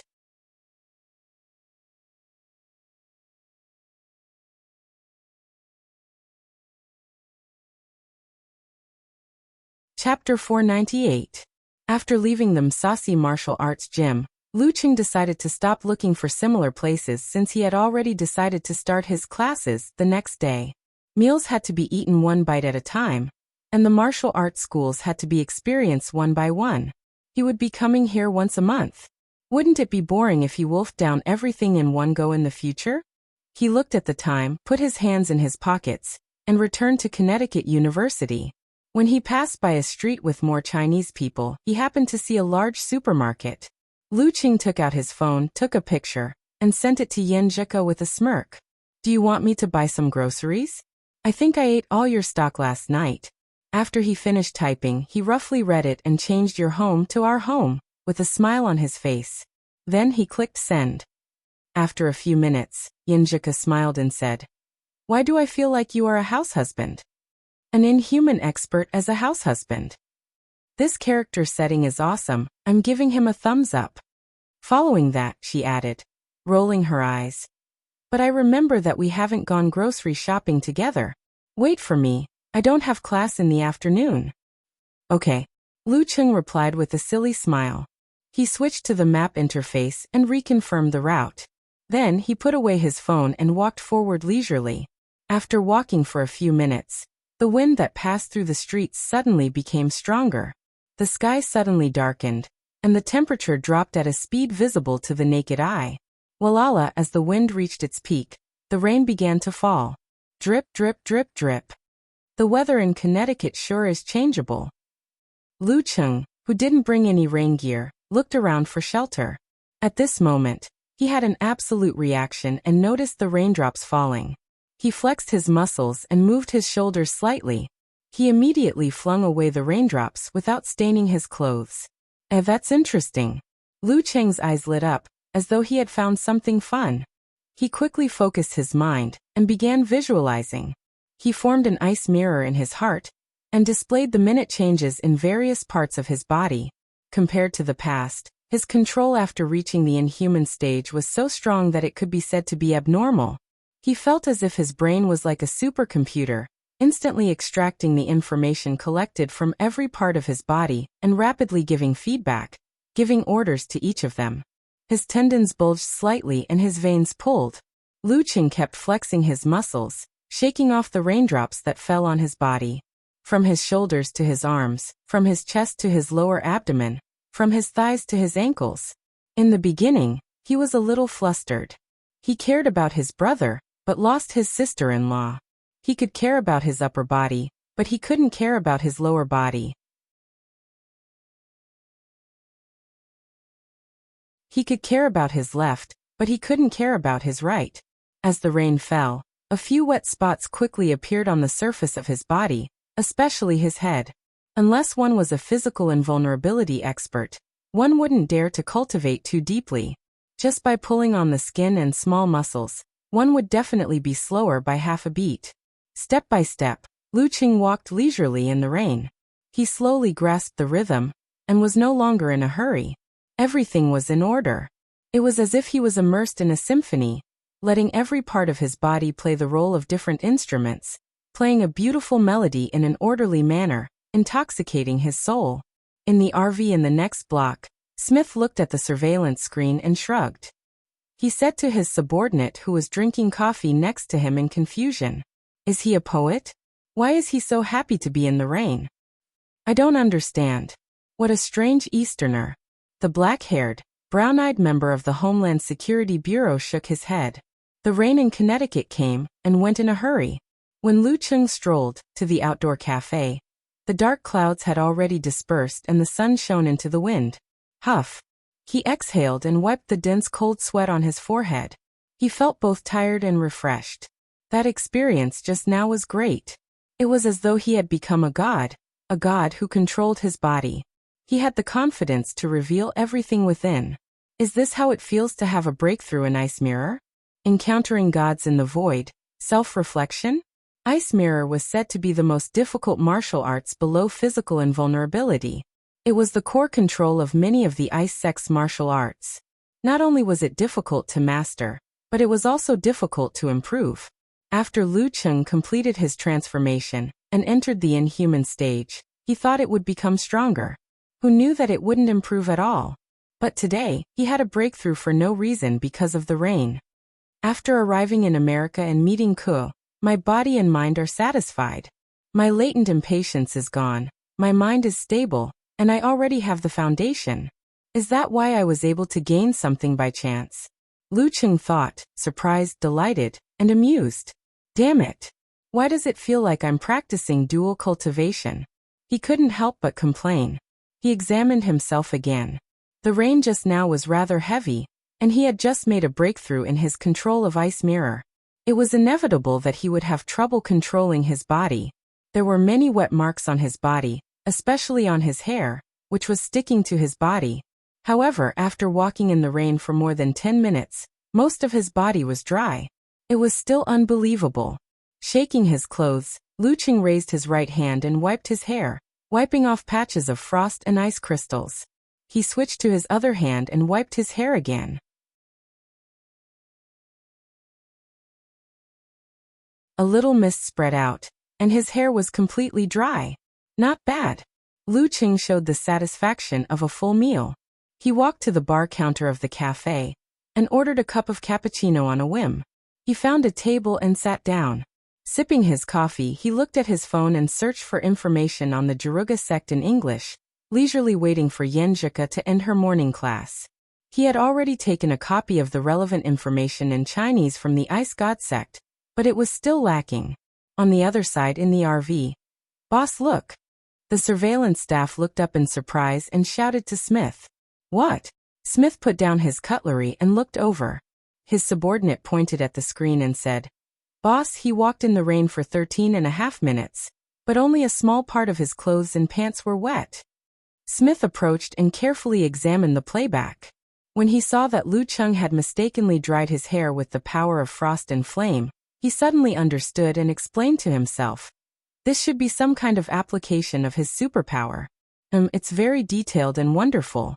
Write it in the report and add it to the data. Yes, boss. The staff cleared his doubts. At noon, Lu Qing met up with Yenjika and Auntie Du. They found a famous old Chinese restaurant and filled their stomachs. After that, the couple left Auntie Du to pass the time and went to the supermarket hand in hand. They went straight to the food section and saw a dazzling array of vegetables, fruits and all kinds of meat. "What do you want to eat?" "It's my treat." Yenjika showed her dimples and smiled sweetly. Lu Qing was stunned for a moment and said in annoyance, "I forgot to look at the menu. I don't even know what to ask Auntie Du to cook tonight. Just buy whatever you want." Cough, "I didn't think about this at all last night. Forgot to look at the menu." Yenjika gritted her teeth and glared at him. Under the light, her cheeks became redder and redder. She snorted. "What else do you remember?" "Haha, I'll look into it later. When I'm confident, I'll give Auntie Du a day off and we'll cook on our own." Lu Qing laughed embarrassedly, avoiding the important and dwelling on the trivial. The episode passed quickly. Yenjika pulled Lu Qing and Lu Qing pushed the shopping cart and walked to the front of the meat section. The girl looked at it with interest. She picked up the food and put it in the car with interest. She muttered, "I'm not sure. This steak looks good. This cowboy rib is good too." Lu Qing listened in a daze, and then asked with admiration, "You're right. Ku, have you bought here before with Empress Dowager and Auntie Du? Otherwise, how could she choose so quickly and confidently?" Yenjika looked up at him and answered matter-of-factly, "No, it's my first time today." "Then what are your standards?" Lu Qing blurted out in surprise. Yenjika glanced at him with a look that said, "Are you stupid?" and said confidently, "Based on the price. Usually the expensive ones are the best ones." "That makes sense." Lu Qing was speechless. After getting the affirmation, Yenjika raised her head and put the meat she wanted into the cart. She added, "Look at them. They look better than the ones next to them. The texture is so beautiful." "I can't tell." Lu Qing didn't dare to refute. He followed the confident Ku around the food section and watched her pick up the food excitedly. Finally, they went back to the vegetable section to replenish their vitamins and plant fiber. "Qing, what is this?" Yenjika pointed at a piece of green and asked curiously. Lu Qing stared at him and answered confidently, "I'm sorry. I don't know. I don't know either. I don't even know the words." Yenjika nodded in agreement. After that, they looked at each other and laughed inexplicably. After checking the words and knowing the scientific name, Yenjika still didn't know what it was called. "Let's buy some and try it." With Lu Qing by her side, she was eager to try new things. Just like that, they bought 2 full carts and each pushed one to the checkout section. As they looked at each other, they suddenly had the subtle feeling of starting a family and living together. Their lips curled up. The couple lined up to pay. Although they bought a lot of food, it was not eye-catching because there were many people who bought a week's worth of food in one go here. Being good at using the freezer was a major feature of life in America. After paying the bill, Lu Qing easily picked up several large bags and followed Yenjika out of the restaurant. After passing by the 2 white students, They went out and waited for Aunt Du to drive over. One of the two white students turned around and looked at Lu Cheng's back with a puzzled expression. What happened? The tall, strong, freckled, brown-haired student asked his companion in confusion. Nothing. The blonde youth with thick arms and devil tattoos shook his head. He just felt that the Asian youth with the bags of food looked a little familiar. The freckled brown-haired student didn't dwell on the question and said, George, we can't become martial arts apprentices. Why don't we try out Chinese martial arts? You saw the King of Youth League. Peng and Lu are very good. Let me think about it. The blonde youth frowned in distress. Back at home, Yenjika started her homework, Lu Cheng started his daily exercise, and Du Yen prepared dinner. By the time they finished eating, the sky was already dark. Yenjika went back to her room and turned on the lights, illuminating the room with a faint yellow glow. Just a little more and I'm done. This professor gives the most homework. The girl stretched and complained to Lu Cheng. Then she buried herself in her homework. At this moment, she noticed Lu Cheng bringing a chair over and sitting beside her.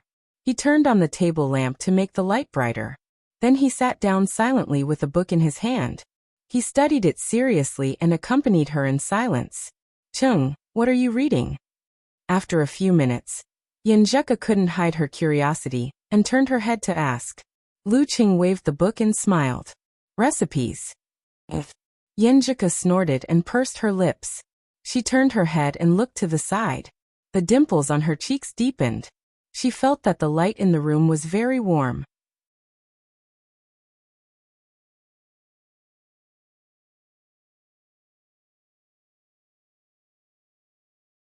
Chapter 499. Before 8 o'clock, Yenjika finished the rest of her homework. Stretching her arms, she turned to Lu Cheng and asked with a smile. Hello, mister. Do you want to eat cake? Looking at the girl's sparkling eyes and eager face, Lu Cheng chuckled and answered firmly, Yes. Good. I'll make it for you and show you how good I am. Yenjika nodded with satisfaction. She stood up and pinned up her hair with a hairpin. Well, a minute's silence for the materials wasted last night. She went down the stairs to the kitchen and took out a few eggs. She beat them and separated them into a bowl of egg yolks and egg whites. Do you need help? Lu Cheng followed behind her and volunteered. Yenjika rolled her eyes and handed the glass bowl with egg white to Lu Cheng. Then help me beat it. Since Cheng is so sincere, I won't use the egg beater. Okay. Lu Cheng took out a pair of chopsticks and prepared to beat them at a high speed. But at this time he was puzzled and hurriedly asked, What is considered to be evenly distributed? To what extent? I've never made a cake before. When I beat eggs for my mom, it was to make omelets. The requirements should be different, right? Yenjika pondered for a moment, blinked her eyes, and turned around in small steps. She opened a drawer in the kitchen and took out a book. After flipping through a few pages, she said, Beat until thick foam appears. That's it. Why does it feel so unreliable? Seeing this, Lu Cheng's mouth twitched. Noticing his gaze, Yenjika quickly raised her chin and emphasized seriously, You're right. I actually remember it. I flipped the book to make sure it's perfect. Got it. Lu Cheng responded with a smile. His wrist joints moved at a high speed and the chopsticks made a clicking sound. Yenjika was in a daze. After a while, she sighed. Cheng, you're really a human egg beater. This hand speed, this power control, TSK. Then she looked up and thought carefully for a few seconds. She asked Lu Cheng to slow down a little. She took out an apron and started to process the egg yolks. When the foam appeared on Lu Cheng's side, she quickly weighed the sugar and put it in. Then she told him to speed up the mixing. During the whole process, Yenjika came and went, brushing against Lu Cheng's body and rubbing his hair. They looked at each other, full of warmth and joy. Finally, they finished everything. They put the materials into the mold, stuffed it into the oven, and set the time. While waiting, they leaned against each other and chatted about various topics. Occasionally, they would play affectionately. 30 seconds. Yenjika stared at the number on the screen with sparkling eyes. Haha, it must be delicious. Lu Cheng encouraged with anticipation. After they exchanged a few words, sounds could be heard. The cake was about to be baked. Okay. Yenjika turned around spotty. But when she turned around, she saw that Luqing had already pulled open the oven door and took out the cake mold with his bare hands, just like how he usually took out bowls and chopsticks for a meal. SSSSSS. SSSSS. S's. SSSSS. What? Luqing put the cake on the plate. A sweet aroma filled the air. Yenjika answered with a serious expression. It's dangerous. Please don't imitate it. Haha, I'm wearing gloves. Luqing put down the mold and raised his right hand. The surface was covered with white steam. Yenjika was speechless. She looked at the cake on the table, inhaled the aroma, and nodded seriously. Chung, I'm so jealous of you. What are you jealous of? Luqing asked in surprise. I'm jealous that you have such a good wife like me. Yenjika raised her arm and tried not to laugh. Haha. Luqing laughed out loud for a while. Yenjika is also a little amused by me. Yenjika passed the spoon to Luqing and said timidly, I want to try but I don't dare. Chung, try it and tell me how it tastes. Okay. Luqing took a spoonful and chewed for a while. He was intoxicated and praised. Not bad. The sweetness is just right. As he spoke, he extended his arm and put the spoon in front of his little fairy's mouth. Really? Yenjika's eyes were filled with joy. She leaned forward and took a small bite of the cake and tasted it carefully. After 10 seconds, she heaved a sigh of relief and said with a smile, Good, I didn't lose my standard. But the taste isn't as exaggerated as Chung. Well, I'm in a good mood today. I won't expose his exaggerated acting, Yenjika hurriedly urged him. Hurry up and eat. Chung, let me tell you, the desserts in America are super sweet. It's like candy is free. I don't particularly like the sweet kind. While chatting and laughing, the couple finished the cake. Of course, Luqing took care of 4/5 of the cake. In the end, he felt a little embarrassed to have increased Aunt Du's workload, so he volunteered to clean up the mess and clean the table. Yenjika watched as Luqing put on an apron and stood in front of the sink. He carefully washed the dishes and wiped them with a special cloth. She leaned against the kitchen door, and her eyes gradually lit up. After a while, her dimples appeared.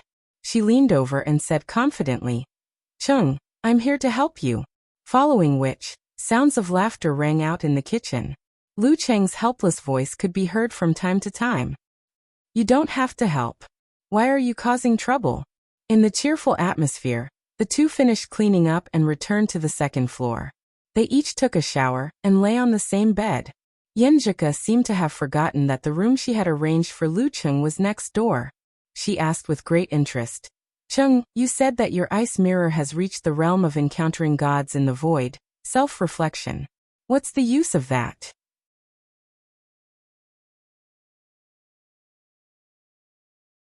My sensing range has increased by at least 50%. My control of my body is so accurate that there's almost no error. If I suffer from internal injuries, the recovery time will be greatly reduced. Also, I can correspondingly stimulate my qi and blood, simplify the fighting formula, and combine it with the path of Azura that I previously comprehended. The explosive power will increase, and the number of times I can use it will increase.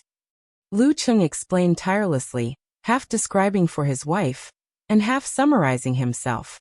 As for the control of strength and moves, those are just minor details. Oh right, Ku, from tomorrow onwards, I'll teach you the fighting formula. We'll go to bed on time tonight to replenish our energy. Okay, Yenjika replied happily. Her eyes sparkled as she listened to Luqing's explanation. After a pause, she recalled something and quickly asked, Is there still no news on the wholeness formula? No. It's the secret technique of the extreme Hadu sect. I don't think it's that easy to get hold of it. Even the military has to consider many things, Luqing said with a sigh. Just then, a thought came to him, and he suddenly broke into laughter. I realized there's another use for the ice mirror breakthrough. Haha, I won't talk about it. Not suitable for children. Yenjika was instantly filled with curiosity. She asked repeatedly, using both her hands and legs, sometimes threatening and sometimes acting coquettishly. After a round of banter, Lu Qing raised his hands in surrender and confessed honestly. He said in an extremely academic tone. Didn't you complain that I'm too old to come out last night? Using that was a little insensitive. But now that the ice mirror has improved to the self-reflection realm, I can control it to a certain extent. Anyway, with self-adjustment of sensitivity and listening skill, the effect should be pretty good. At first, Yanjika felt shy listening to him, but in the end it turned into a standard dumbfounded look.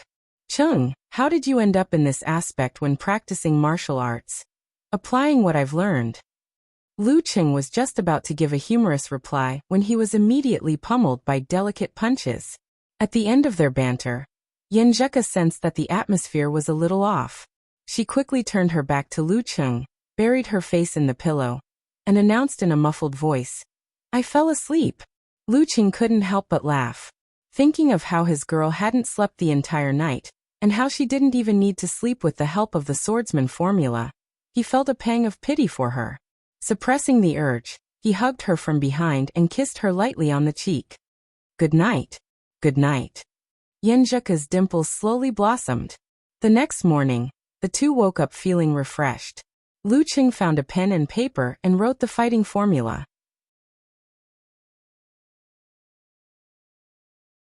After finishing his training and breakfast, he continued on to the campus of Connecticut University. After waving goodbye to Yanjika, he took a detour to the Msasi martial arts gym. When he passed by a block, he suddenly heard gunshots. He saw two armed robbers wearing balaclavas running out of the bank in front of him. They seemed to be a white man and a black man. Hey, is there a chance to crack down on crime? Lu Qing's spirits were lifted. He was eager and excited. Just as he was about to make a move, a figure flashed past and knocked over one of the robbers with a bang. The figure was dressed like Superman. Just as he was about to dodge and attack the remaining robber, a net made of silk threads fell from the sky and enveloped his target. Whoosh! Whoosh! Whoosh! Another two figures rushed over. Lu Qing was a little dumbfounded. There are too many superheroes in America, aren't there? It's just a case of robbing a bank, and there are three of them. In the next block, Smith, who was watching the surveillance footage, laughed out loud. These two bastards sure are unlucky.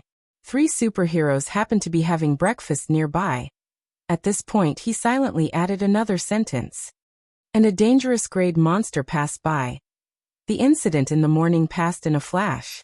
Lu Qing shook his head and left the scene. He had some thoughts in his mind.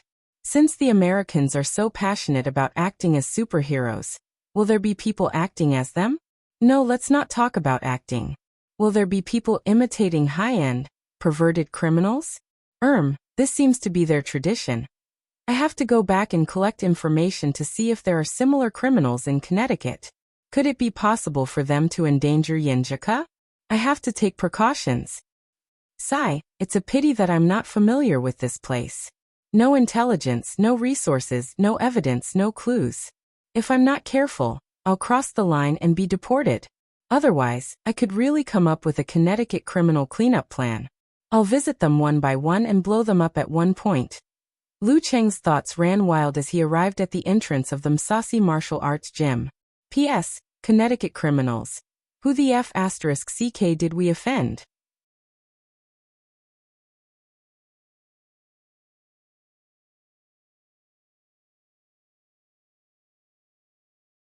Chapter 500. Msasi Martial Arts Arena.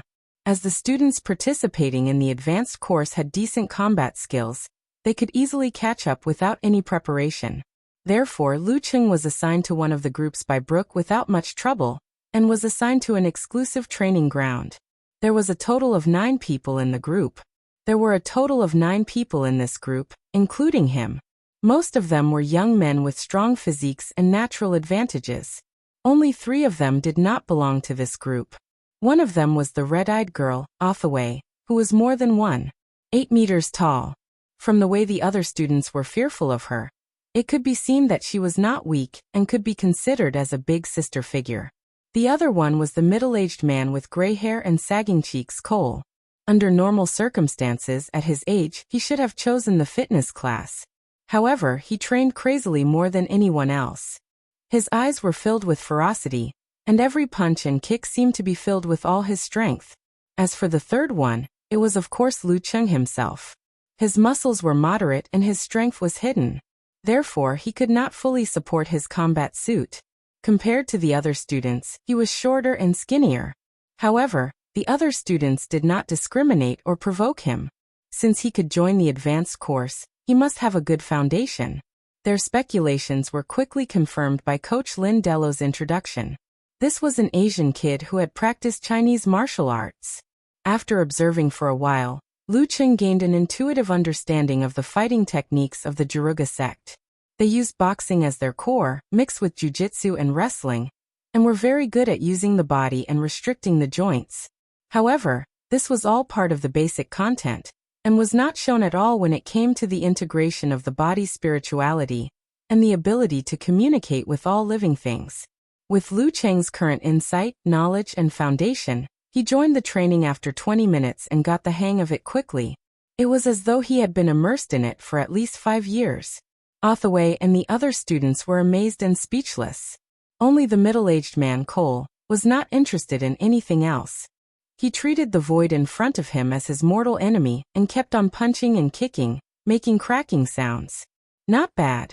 He is already at the level of a professional ninth pin. Why hasn't he become a combat apprentice? Lu Cheng glanced at him from the corner of his eyes. After more than an hour, Coach Lin Delo announced that the combat training had come to an end.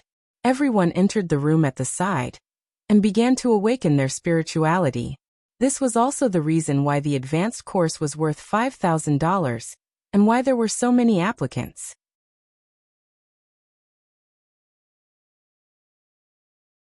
After entering the room, Hathaway picked up the corresponding towel and wiped the sweat off her forehead. She glanced at the shy and introverted Asian boy Lu Cheng. He was calm and composed with barely any sweat on his forehead. It seemed like he was just warming up. How magical. She looked at the other students and started whispering to them, attributing everything to the mysterious Chinese martial arts. Actually, I was really just warming up. Lu Cheng could vaguely sense what they were thinking and said to himself in amusement. At this time, Coach Lin Delo closed the door, stood in the center, and said to the 9 students sitting around him. He looked at the 9 students in front of him and said to them, "The strength of the body is the key to strengthening the own spirit. However, it is also the cage that restricts us from awakening the own spirit. Therefore, we need to strengthen our body through hard training, and let it fall into a state of fatigue to reduce the interference. Your current state is very suitable for the awakening training." He had said similar words many times in the past. However, as there was a new student joining them today, he had to say it again. Her body was tired but her spirit was still excited. Hathaway followed the breathing rhythm that Lin Delo taught her, and slowly adjusted her breathing. She gradually felt a strange sense of calmness in her heart. At that moment, Lin Delo pressed the remote control and let the surrounding sound system play a sacred and melodious melody. He was guiding the students to become more relaxed. When she was extremely relaxed, Hathaway felt like her spirit was floating. She seemed to have seen the spirituality that belonged to her. However, she was still unable to awaken it and communicate with it. Isn't this meditating? However, there is a subtle difference. It seems to have some application of self-hypnosis mixed in. Lu Cheng experienced the attempt to awaken the own spirit with great interest. His consciousness was above and looked down at his body. He grasped every change in it without missing anything. He was like a god that ruled over this body. Yes, this is not called own spirit. It should be called own spirit. Encountering God in the void, God is oneself. Half an hour later, Linda Luo stopped playing the ethereal music and said to the few disappointed students, "Let's go. Don't try anymore. Otherwise, you will lose yourself." After saying that, he took out a dark red box that seemed to be used to store jewelry. Yes, it was really a box used to store jewelry. After opening it, there was a blue gem lying inside. "This is a sapphire that my teacher, Mr. Joseph, the Grandmaster of Martial Arts, made. He used the own spirit as the main source of the polishing and gave it a certain level of spirituality. Try to communicate with it and tell me what you feel. This is the practice of communicating with the spirituality of all things." It can help you awaken the own spirit, said Lindello seriously. He was a black-haired Caucasian man who was less than 30 years old. He was obviously of Latin descent. The lines on his face looked like they were carved by knives and axes.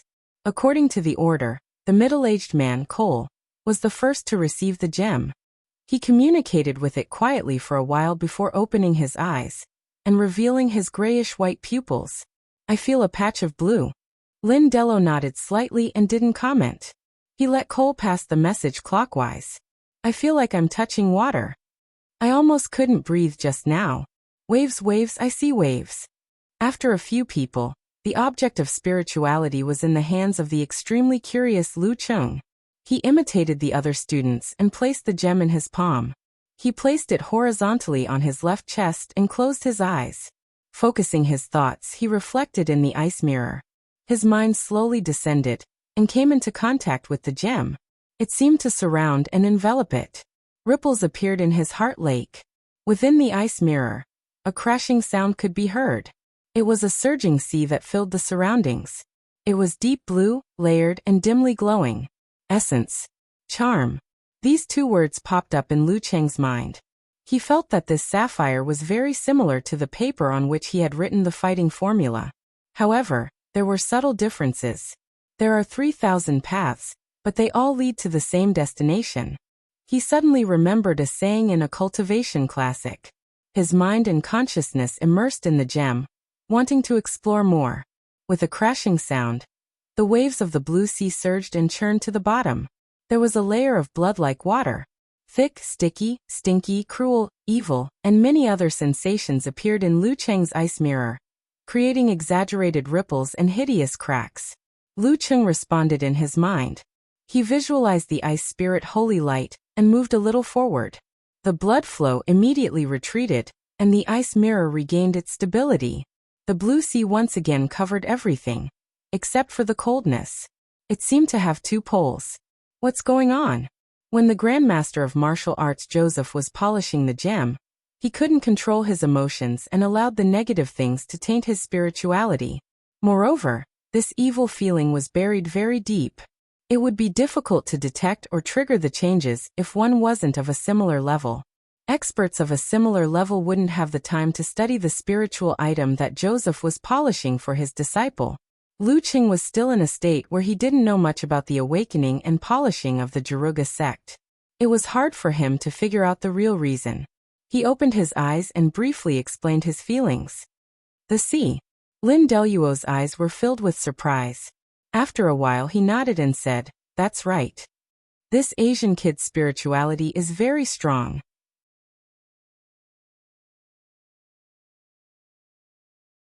Seeing that no one noticed anything unusual, Lu Cheng secretly heaved a sigh of relief. He passed the sapphire to Othaway, who was beside him. Othaway got into position and communicated with him silently for a while. She opened her eyes happily and replied, "Coach, I see an iceberg." While Lu Cheng was speechless, Lin Deluo shook his head with a sour expression. "Othaway, you've regressed." Othaway's smile instantly collapsed. The two following students, one saying cold, and the other saying deep water, witnessed the remnants of Lu Cheng's influence gradually fading away without them realizing it. After the practice of own spirit came to an end, Lu Cheng and the rest started their combat training again. This allowed him to re-understand the foundation of his martial arts from different perspectives and concepts.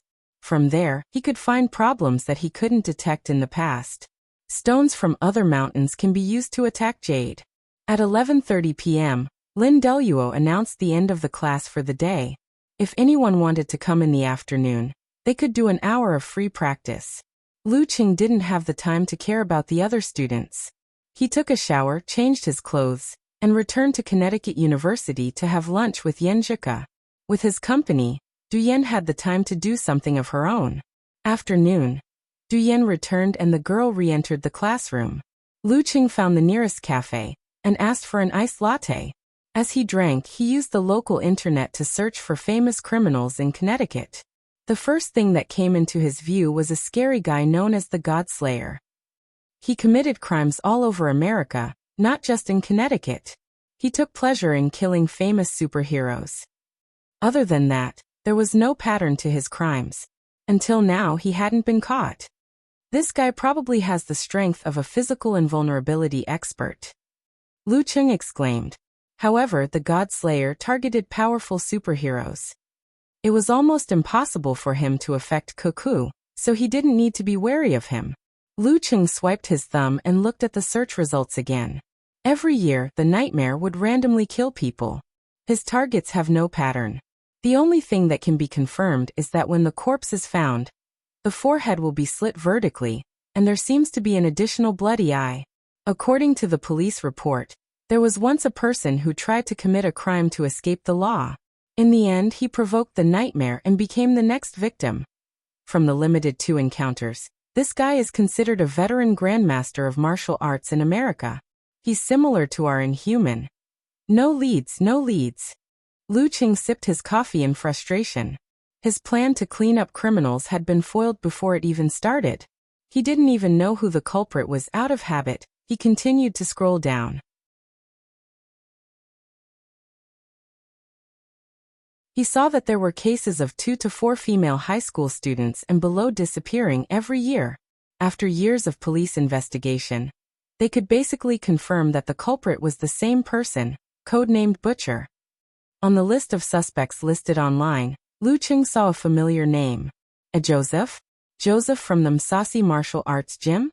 In an ordinary car on the street, Smith looked at the surveillance camera and asked his subordinates, "Can you find out what he's seen?" "Yes, but you need to use the Skynet, boss," answered the guy wearing a baseball cap casually.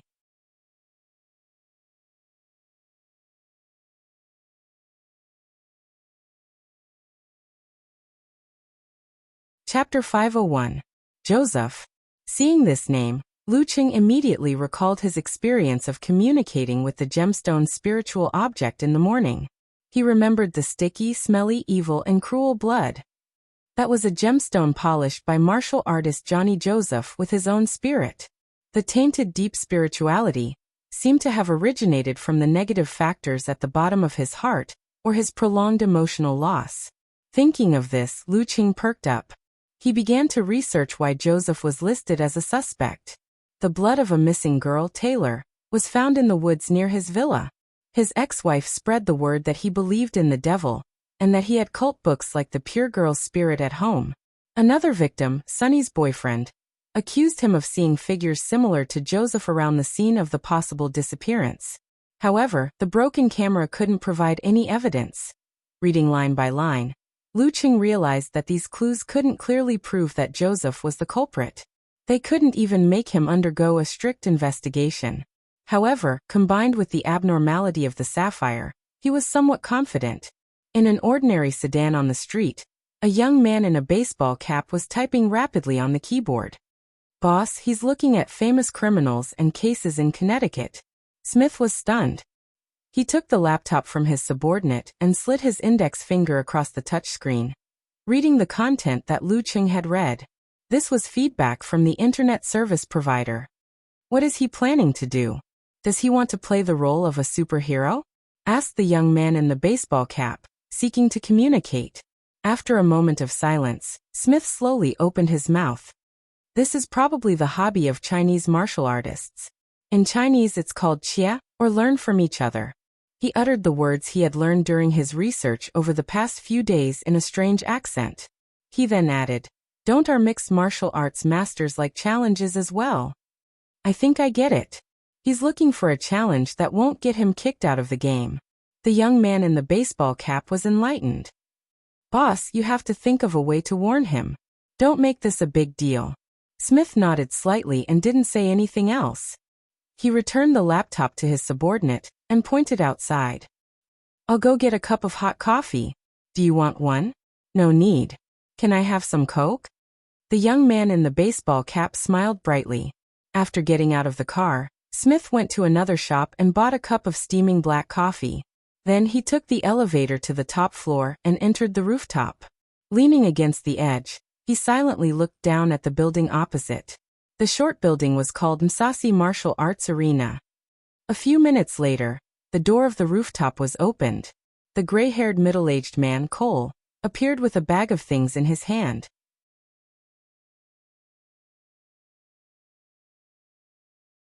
He looked exhausted, but his eyes were cold. Smith. Cole was stunned for a second before he let out a sigh. You're here again. Smith picked up the cup, downed the remaining coffee that had cooled down, and smiled bitterly. Uncle Cole, how have you been? I still haven't awakened my own spirit, and I still haven't become Joseph's combat apprentice. Cole took out a can of beer, opened it with a bang, and took a deep gulp. The pale yellow beads of water flowed down his chin, which he had forgotten to shave, past his grayish-white and messy beard stubble, and fell to the ground, breaking into 8 pieces. Smith opened his mouth, as though he wanted to say something, but in the end, he didn't say a word. He crushed the cup into a ball, turned around, and left the rooftop. He found a supermarket and bought a can of Coke for his subordinate. He instructed him to go home and rest, to ensure that he had enough energy to wait for his next shift. As for the other members of the team, they were sent off to do other things. After studying for a long time, Lu Qing suddenly broke into laughter. He was mocking himself for being too engrossed in his role. Even if he was fairly certain that martial artist Johnny Joseph was the criminal butcher, who had been active for more than a decade, he could still pay him a visit with peace of mind. However, if he couldn't find any concrete evidence, it would be very troublesome to clean up the mess. This was a veteran mighty one with a relatively high status. In this way, if he was not careful, he would become a criminal. In a place where he was unfamiliar with the people and there were not many resources to borrow, not to mention the serious consequences, the lightest punishment would be deportation, and his visa would be denied. This would contradict his most important request. Should he seek help from the military? They definitely have an intelligence network in America. But how should he ask? As the thought flashed through his mind, Lu Qing had already simulated the most likely conversation.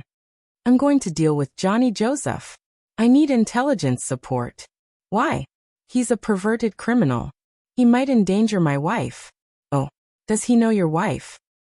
No. Does his target group include your wife? No. Then why do you want to deal with him?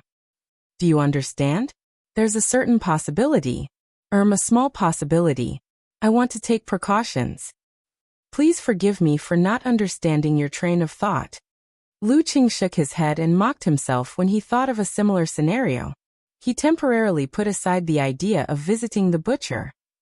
Joseph's target should only be young girls. He wouldn't be able to find college students, not to mention Ku, who was just one of the many female college students.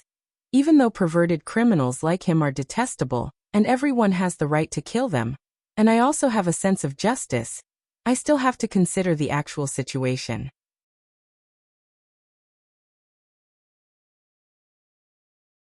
Lu Qing picked up his iced latte and drank the last mouthful.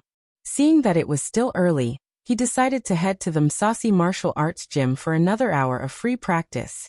I can't relax my expectations of myself just because I'm already an inhuman, and my strength is internalized. Even if I don't train, my realm won't regress. My target has never been an inhuman. The past doesn't count. Picking up his phone, Lu Qing walked out of the cafe. Just as he was about to identify the road, a car suddenly appeared in front of him and slowly stopped by the roadside. Hello, Lu, greeted the driver with a smile. Who's that? Lu Qing looked over in confusion. He felt that the young and sunny face was a little familiar, but in his eyes most foreigners looked the same. You asked me for directions yesterday, Smith reminded him. Oh, it's you. Lu Qing suddenly remembered. Then a thought came to him and he blurted out. How do you know my surname is Lu? At that moment his hair stood on end. He was like a monster that was about to pounce. His natural aura made Smith shiver. He almost lost control of his body and abandoned the car to escape. Taking a deep breath, Smith maintained his smile. He took out his identification and introduced himself. I'm Smith from the Department of Homeland Security. I'm in charge of monitoring your activities in Connecticut. His actions didn't violate the regulations.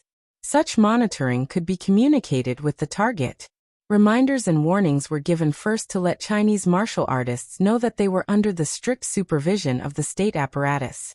This could effectively reduce the occurrence of violent incidents and nip the problem in the bud. However, follow-up monitoring wouldn't be reduced because of this. They would detect and prevent unforeseen events at the first instance. This was actually the most common method used by many experienced agents when they received similar missions. However, Smith was a greenhorn and had a bit of aggressiveness. Hence, he chose to monitor in secret. Lu Qing was stunned for a second. From the corner of his eye, he saw his image playing on the screen of the computer in the passenger seat. He was convinced. "Can I verify your identification number?" Just as he finished speaking, he saw the corner of Smith's mouth twitch. It was as if he heard the other party shouting about the trust between people. "Sure." Smith maintained his expression and answered in a deep voice. Lu Qing searched for a way to verify. After confirming, he nodded and asked, "Mr. Smith, why are you looking for me?" He had long heard and could reasonably deduce that martial artists of his level would be monitored when they entered the United States. That was why he was so cautious about his words and actions. He didn't randomly challenge others to learn from. Now that he had met the head of the Secret Service in charge of monitoring him, he finally felt relieved.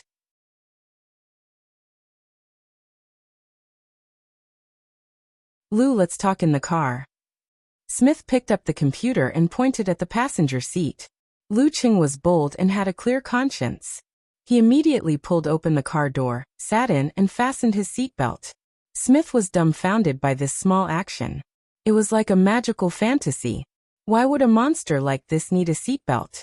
He calmed himself down, started the car, and drove to another street.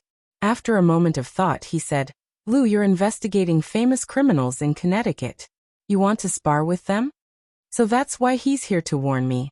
Lu Qing seemed to come to a realization. He chuckled. "It's just a casual investigation. I've always been law-abiding."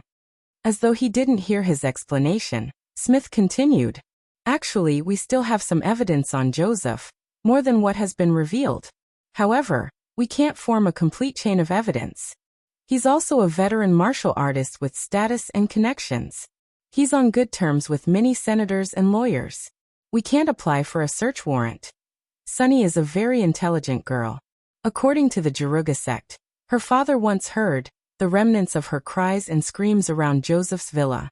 He believed that there must be a criminal case and evidence buried there. As long as we could enter and search, we would definitely be able to find clues and arrest Joseph. But no one listens to us. It's been 5 years since a superhero tried to infiltrate Joseph's villa, but he was discovered and sent to prison. In recent years, whenever Joseph goes out, he'll get his students to guard the villa. He's also installed a high-tech surveillance and alarm system. Superheroes and detectives rarely interfere." Lu Qing fell into deep thought. He nodded slowly. "You want me to visit Joseph, challenge him, defeat him, and give you a chance to search for evidence?" "You can say that," Smith replied in a deep voice. "But what if you fall out with him? What if you don't admit to it? And what does this have to do with Homeland Security?" Lu Qing wouldn't trust a stranger's words so easily. Everything would be fine if they could find evidence. But what if they couldn't? The other party could simply be using him, and wouldn't help to eliminate any future problems. Smith tilted his head and looked at Lu Qing. His deep-set eyes were filled with sorrow and pain. "I'll take care of the alarm system here. If we can't find any evidence, as long as you disguise yourself well and don't let Joseph get hurt too badly, this will just be an ordinary attack case involving a superhero. That we can't find any suspects. I can cover it up."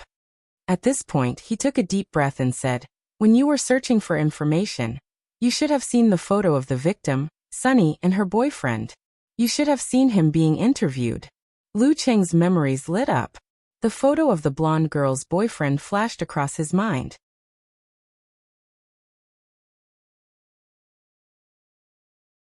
Gradually, they overlapped with the head of the Secret Service before him. Judging from the time, Smith must have joined the national apparatus because of this matter. Lu Qing's wariness was mostly gone. He began to believe Smith's words. Retracting his gaze, Smith looked ahead. "I know this is a difficult choice for you. Joseph is also a dangerous monster. You might not be able to win against him. Besides, you can only defeat him and not kill him." Before he could finish his sentence, he saw Lu Qing light up his phone from the corner of his eye. He calmly buried his head and focused on watching a video. It was a compilation of Joseph's battles from the past year. You're tuning in to the Li Mei's Wuxia Whispers YouTube channel. We're so grateful for your support, and don't forget to subscribe to join us on this incredible journey through captivating stories. Your generosity through donations truly makes a world of difference, as it's the primary source of revenue that allows me to expand and enhance this channel for you. Thank you from the bottom of my heart for being a part of this adventure.